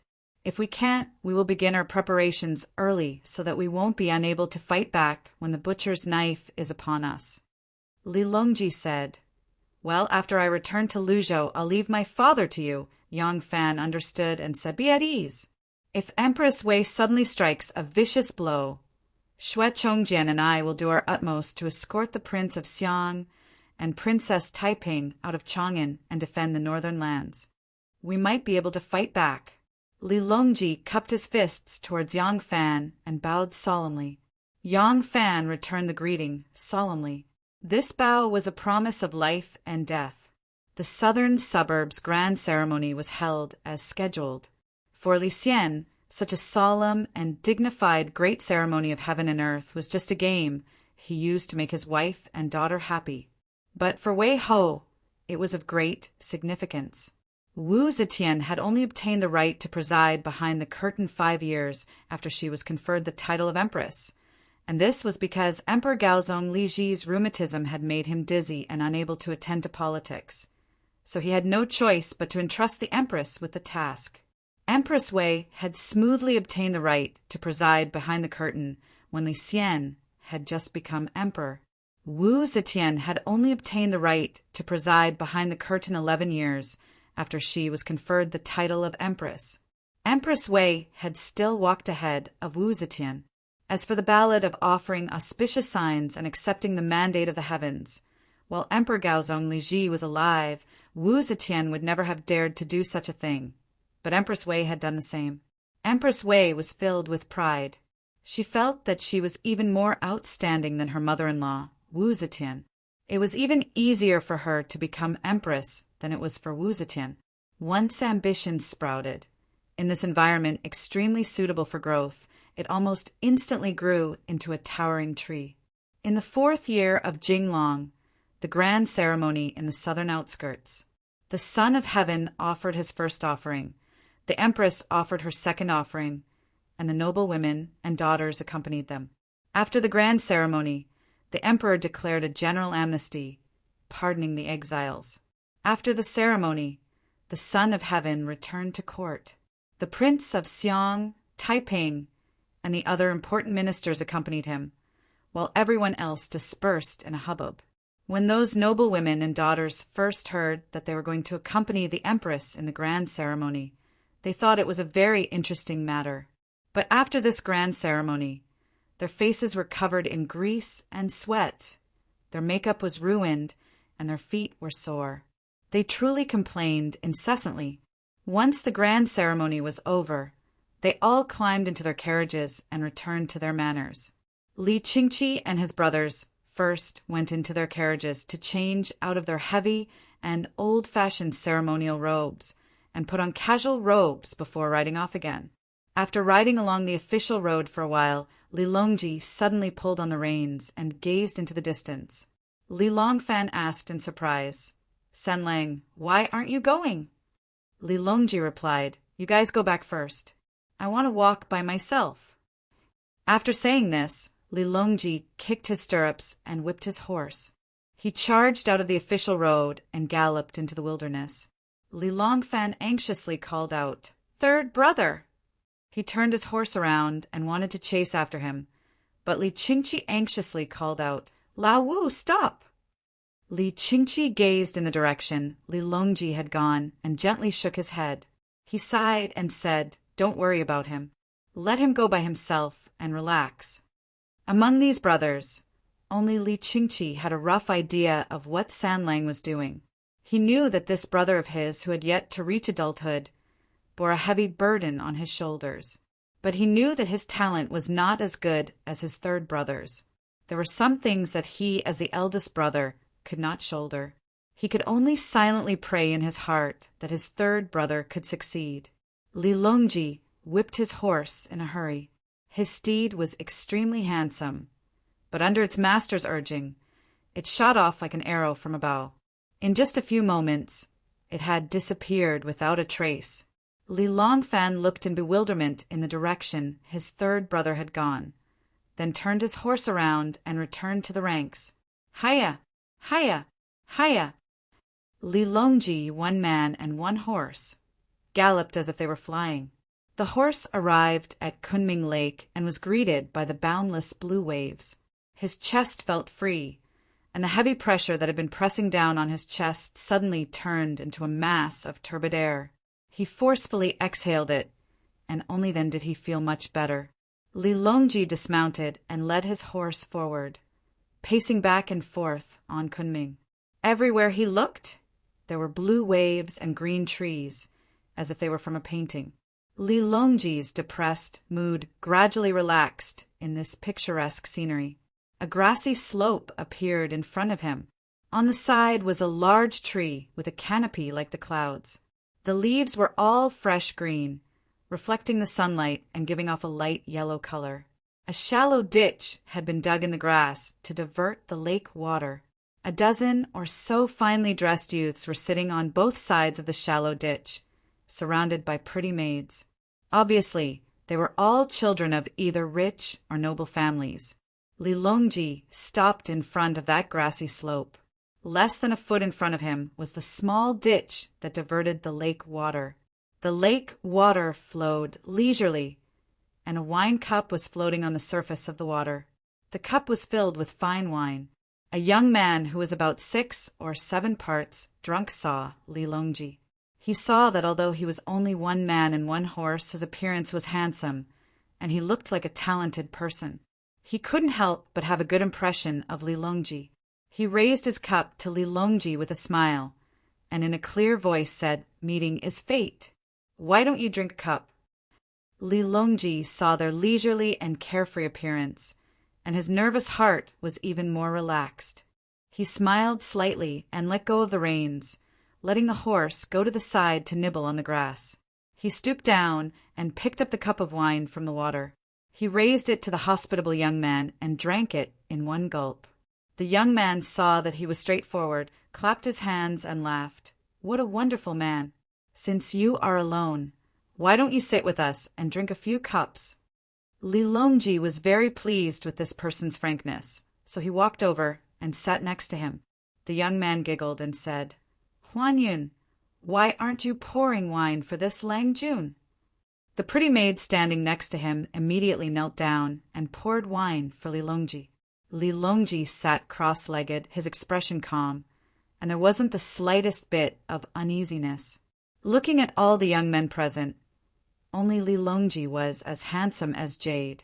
The pretty maids around him couldn't help but steal glances at him, rather envious that the young girl pouring wine could be so close to him. The young man who invited Lilongji to sit with him turned his head and said to his companions, "Therefore, I believe that the Confucian school of thought is good for cultivating the body, but not enough to govern a country. I'm not saying that human nature is inherently evil, but as a human being there are countless temptations in the world. Human nature, which has no distinction between good and evil, will naturally lean towards the evil side. Just relying on moral education is absolutely not enough and must be restrained by law." Lilongji glanced at him in surprise and thought, "So these young officials are debating here. It seems that this young man who shares the same surname as me advocates legalism." The young man, surnamed Li, continued, "The dogma of the Confucian school, the teachings of Confucius and Mencius, are too unrealistic. Governing by law, one must be smooth on the outside, but square on the inside. Only then can the imperial court and the country have rules to follow, and only then can one not do or not do, and only then can one have a limit to everything." A young man with a few pimples on his face saw Lilongji's handsome face and graceful bearing, and couldn't help but feel jealous. Then he saw that he was sitting with them without restraint, and he became even more displeased. However, he was not in the mood to listen to the young man, surnamed Li's argument. He put down his wine cup and interrupted the young man, surnamed Li, saying, "Gnu, today is a rare day of leisure. So why are you peddling your Han Fei theory again? We are all disciples of the Confucian school, so we won't listen to your unorthodox methods. Hee, why don't we play a game and drink a few more cups?" The young man, surnamed Li, laughed helplessly and said, "What game? Tell me." That person looked left and right and said with a smile, "You and I are both officials of high status. Why don't we introduce ourselves here and list the heroes of our families from the previous 3 generations, and then arrange the drinking order based on that?" When everyone heard this, they all felt that it was very interesting. If it was only based on the position of the father's generation, then there was no need to arrange the ranking. But when it came to the grandfather and great-grandfather, then it was not certain who was higher and who was lower. The youths were competitive, and so they all cheered. One of them said excitedly, "I'll go first. My great-grandfather is the right servant of the Minister of Finance, a disciple of the Hall of Governmental Affairs, and was conferred the title of Duke of Su, Assistant Minister of the Ministry of Ancestral Appointments. My father is the Provincial Governor of Shuzhou. I am Su Jin, conferred the title of Colonel Qianyou." Those who dared to be the first to introduce themselves naturally had a more illustrious family background, but the others might not necessarily be weaker than him. Some great-grandfather's generation was not as illustrious as their family, but their father's generation would surpass them. Thus, the youth who initiated this game said, "My great-grandfather is the provincial governor of Dingzhou. My ancestor is the head of the Hall of Governmental Affairs and the son of the Crown Prince. My father is the Crown Prince's junior protector and the Minister of Rights. I am Xue Qidong, currently the Palace Grandee." After Xue Qidong finished speaking, he arrogantly glanced at Li Longji. The youth surnamed Li, who was sitting next to Li Longji, said, "My great-grandfather is the Prince of Chongping. My ancestor is the chief historian of Yuanzhou. My father is in the army at Yangzhou. I am Li Linfu, currently the Colonel Qianyou." As Li Linfu spoke, his tone was somewhat gloomy. Compared to those two people, his clan was really getting worse with each generation. Li Longji looked at him with some surprise. He didn't think that the person in front of him would be his cousin in the same generation as his great-grandfather. Although their bloodline was already very distant, they were still part of the Li clan. Li Tang's imperial clan was now in decline, so seeing someone from the same clan inevitably made them feel closer. At this time, another person was about to introduce himself, but Xue Qidong interrupted him and said to Li Longji with a smile, "Since you came uninvited, you must be from a noble clan. I wonder what kind of illustrious figures are in your clan. Why don't you tell us and broaden our horizons?" There was a hint of mockery in his tone. When the other youths heard his words, they all revealed a playful smile and looked at Li Longji in unison. Although Li Longji's family background is not bad, for him to travel around the Kunming Lake without a servant and on his own horse, even if there is someone in his family who is an official, his position must be very low. Li Linfu was a little drunk. Only now did he realize that Xue Qidong's game was meant to humiliate the guest he invited. He was a little displeased, and just as he was about to defend Li Longji grabbed his arm. Sweeping his gaze across the crowd, Li Longji indifferently declared, "My great-grandfather is the son of heaven. My father is the Prince of Xiang. I am Li Longji, the current Prince of Linzi." As soon as his words were spoken, everyone exchanged glances and were speechless. Li Longji smiled and asked, "Can I drink the first cup of wine?" Xue Qidong's face turned red, and he embarrassedly replied, Of course it should be me. And no. It should be Prince who drinks first." Li Longji laughed heartily. He picked up the wine cup and drained it in one gulp. Then he tossed the cup aside and stood up. He bowed deeply to Li Linfu and said, "Thank you for inviting me to drink. I'm deeply moved by your hospitality. I shall take my leave now." Li Longji led his horse and rode away under the shocked and embarrassed gazes of the crowd. In a short while, he disappeared into the lush green forest. Beside the Kunming Lake, Li Longji mounted the 3-feet-long Han Dynasty stone whale. Standing on the whale's back, he could see the vast expanse of blue water before him. A gust of wind blew from the lake, causing his robes to flutter. Holding the 3-foot sword, Li Longji sadly sighed. A real man must not be powerless for a day.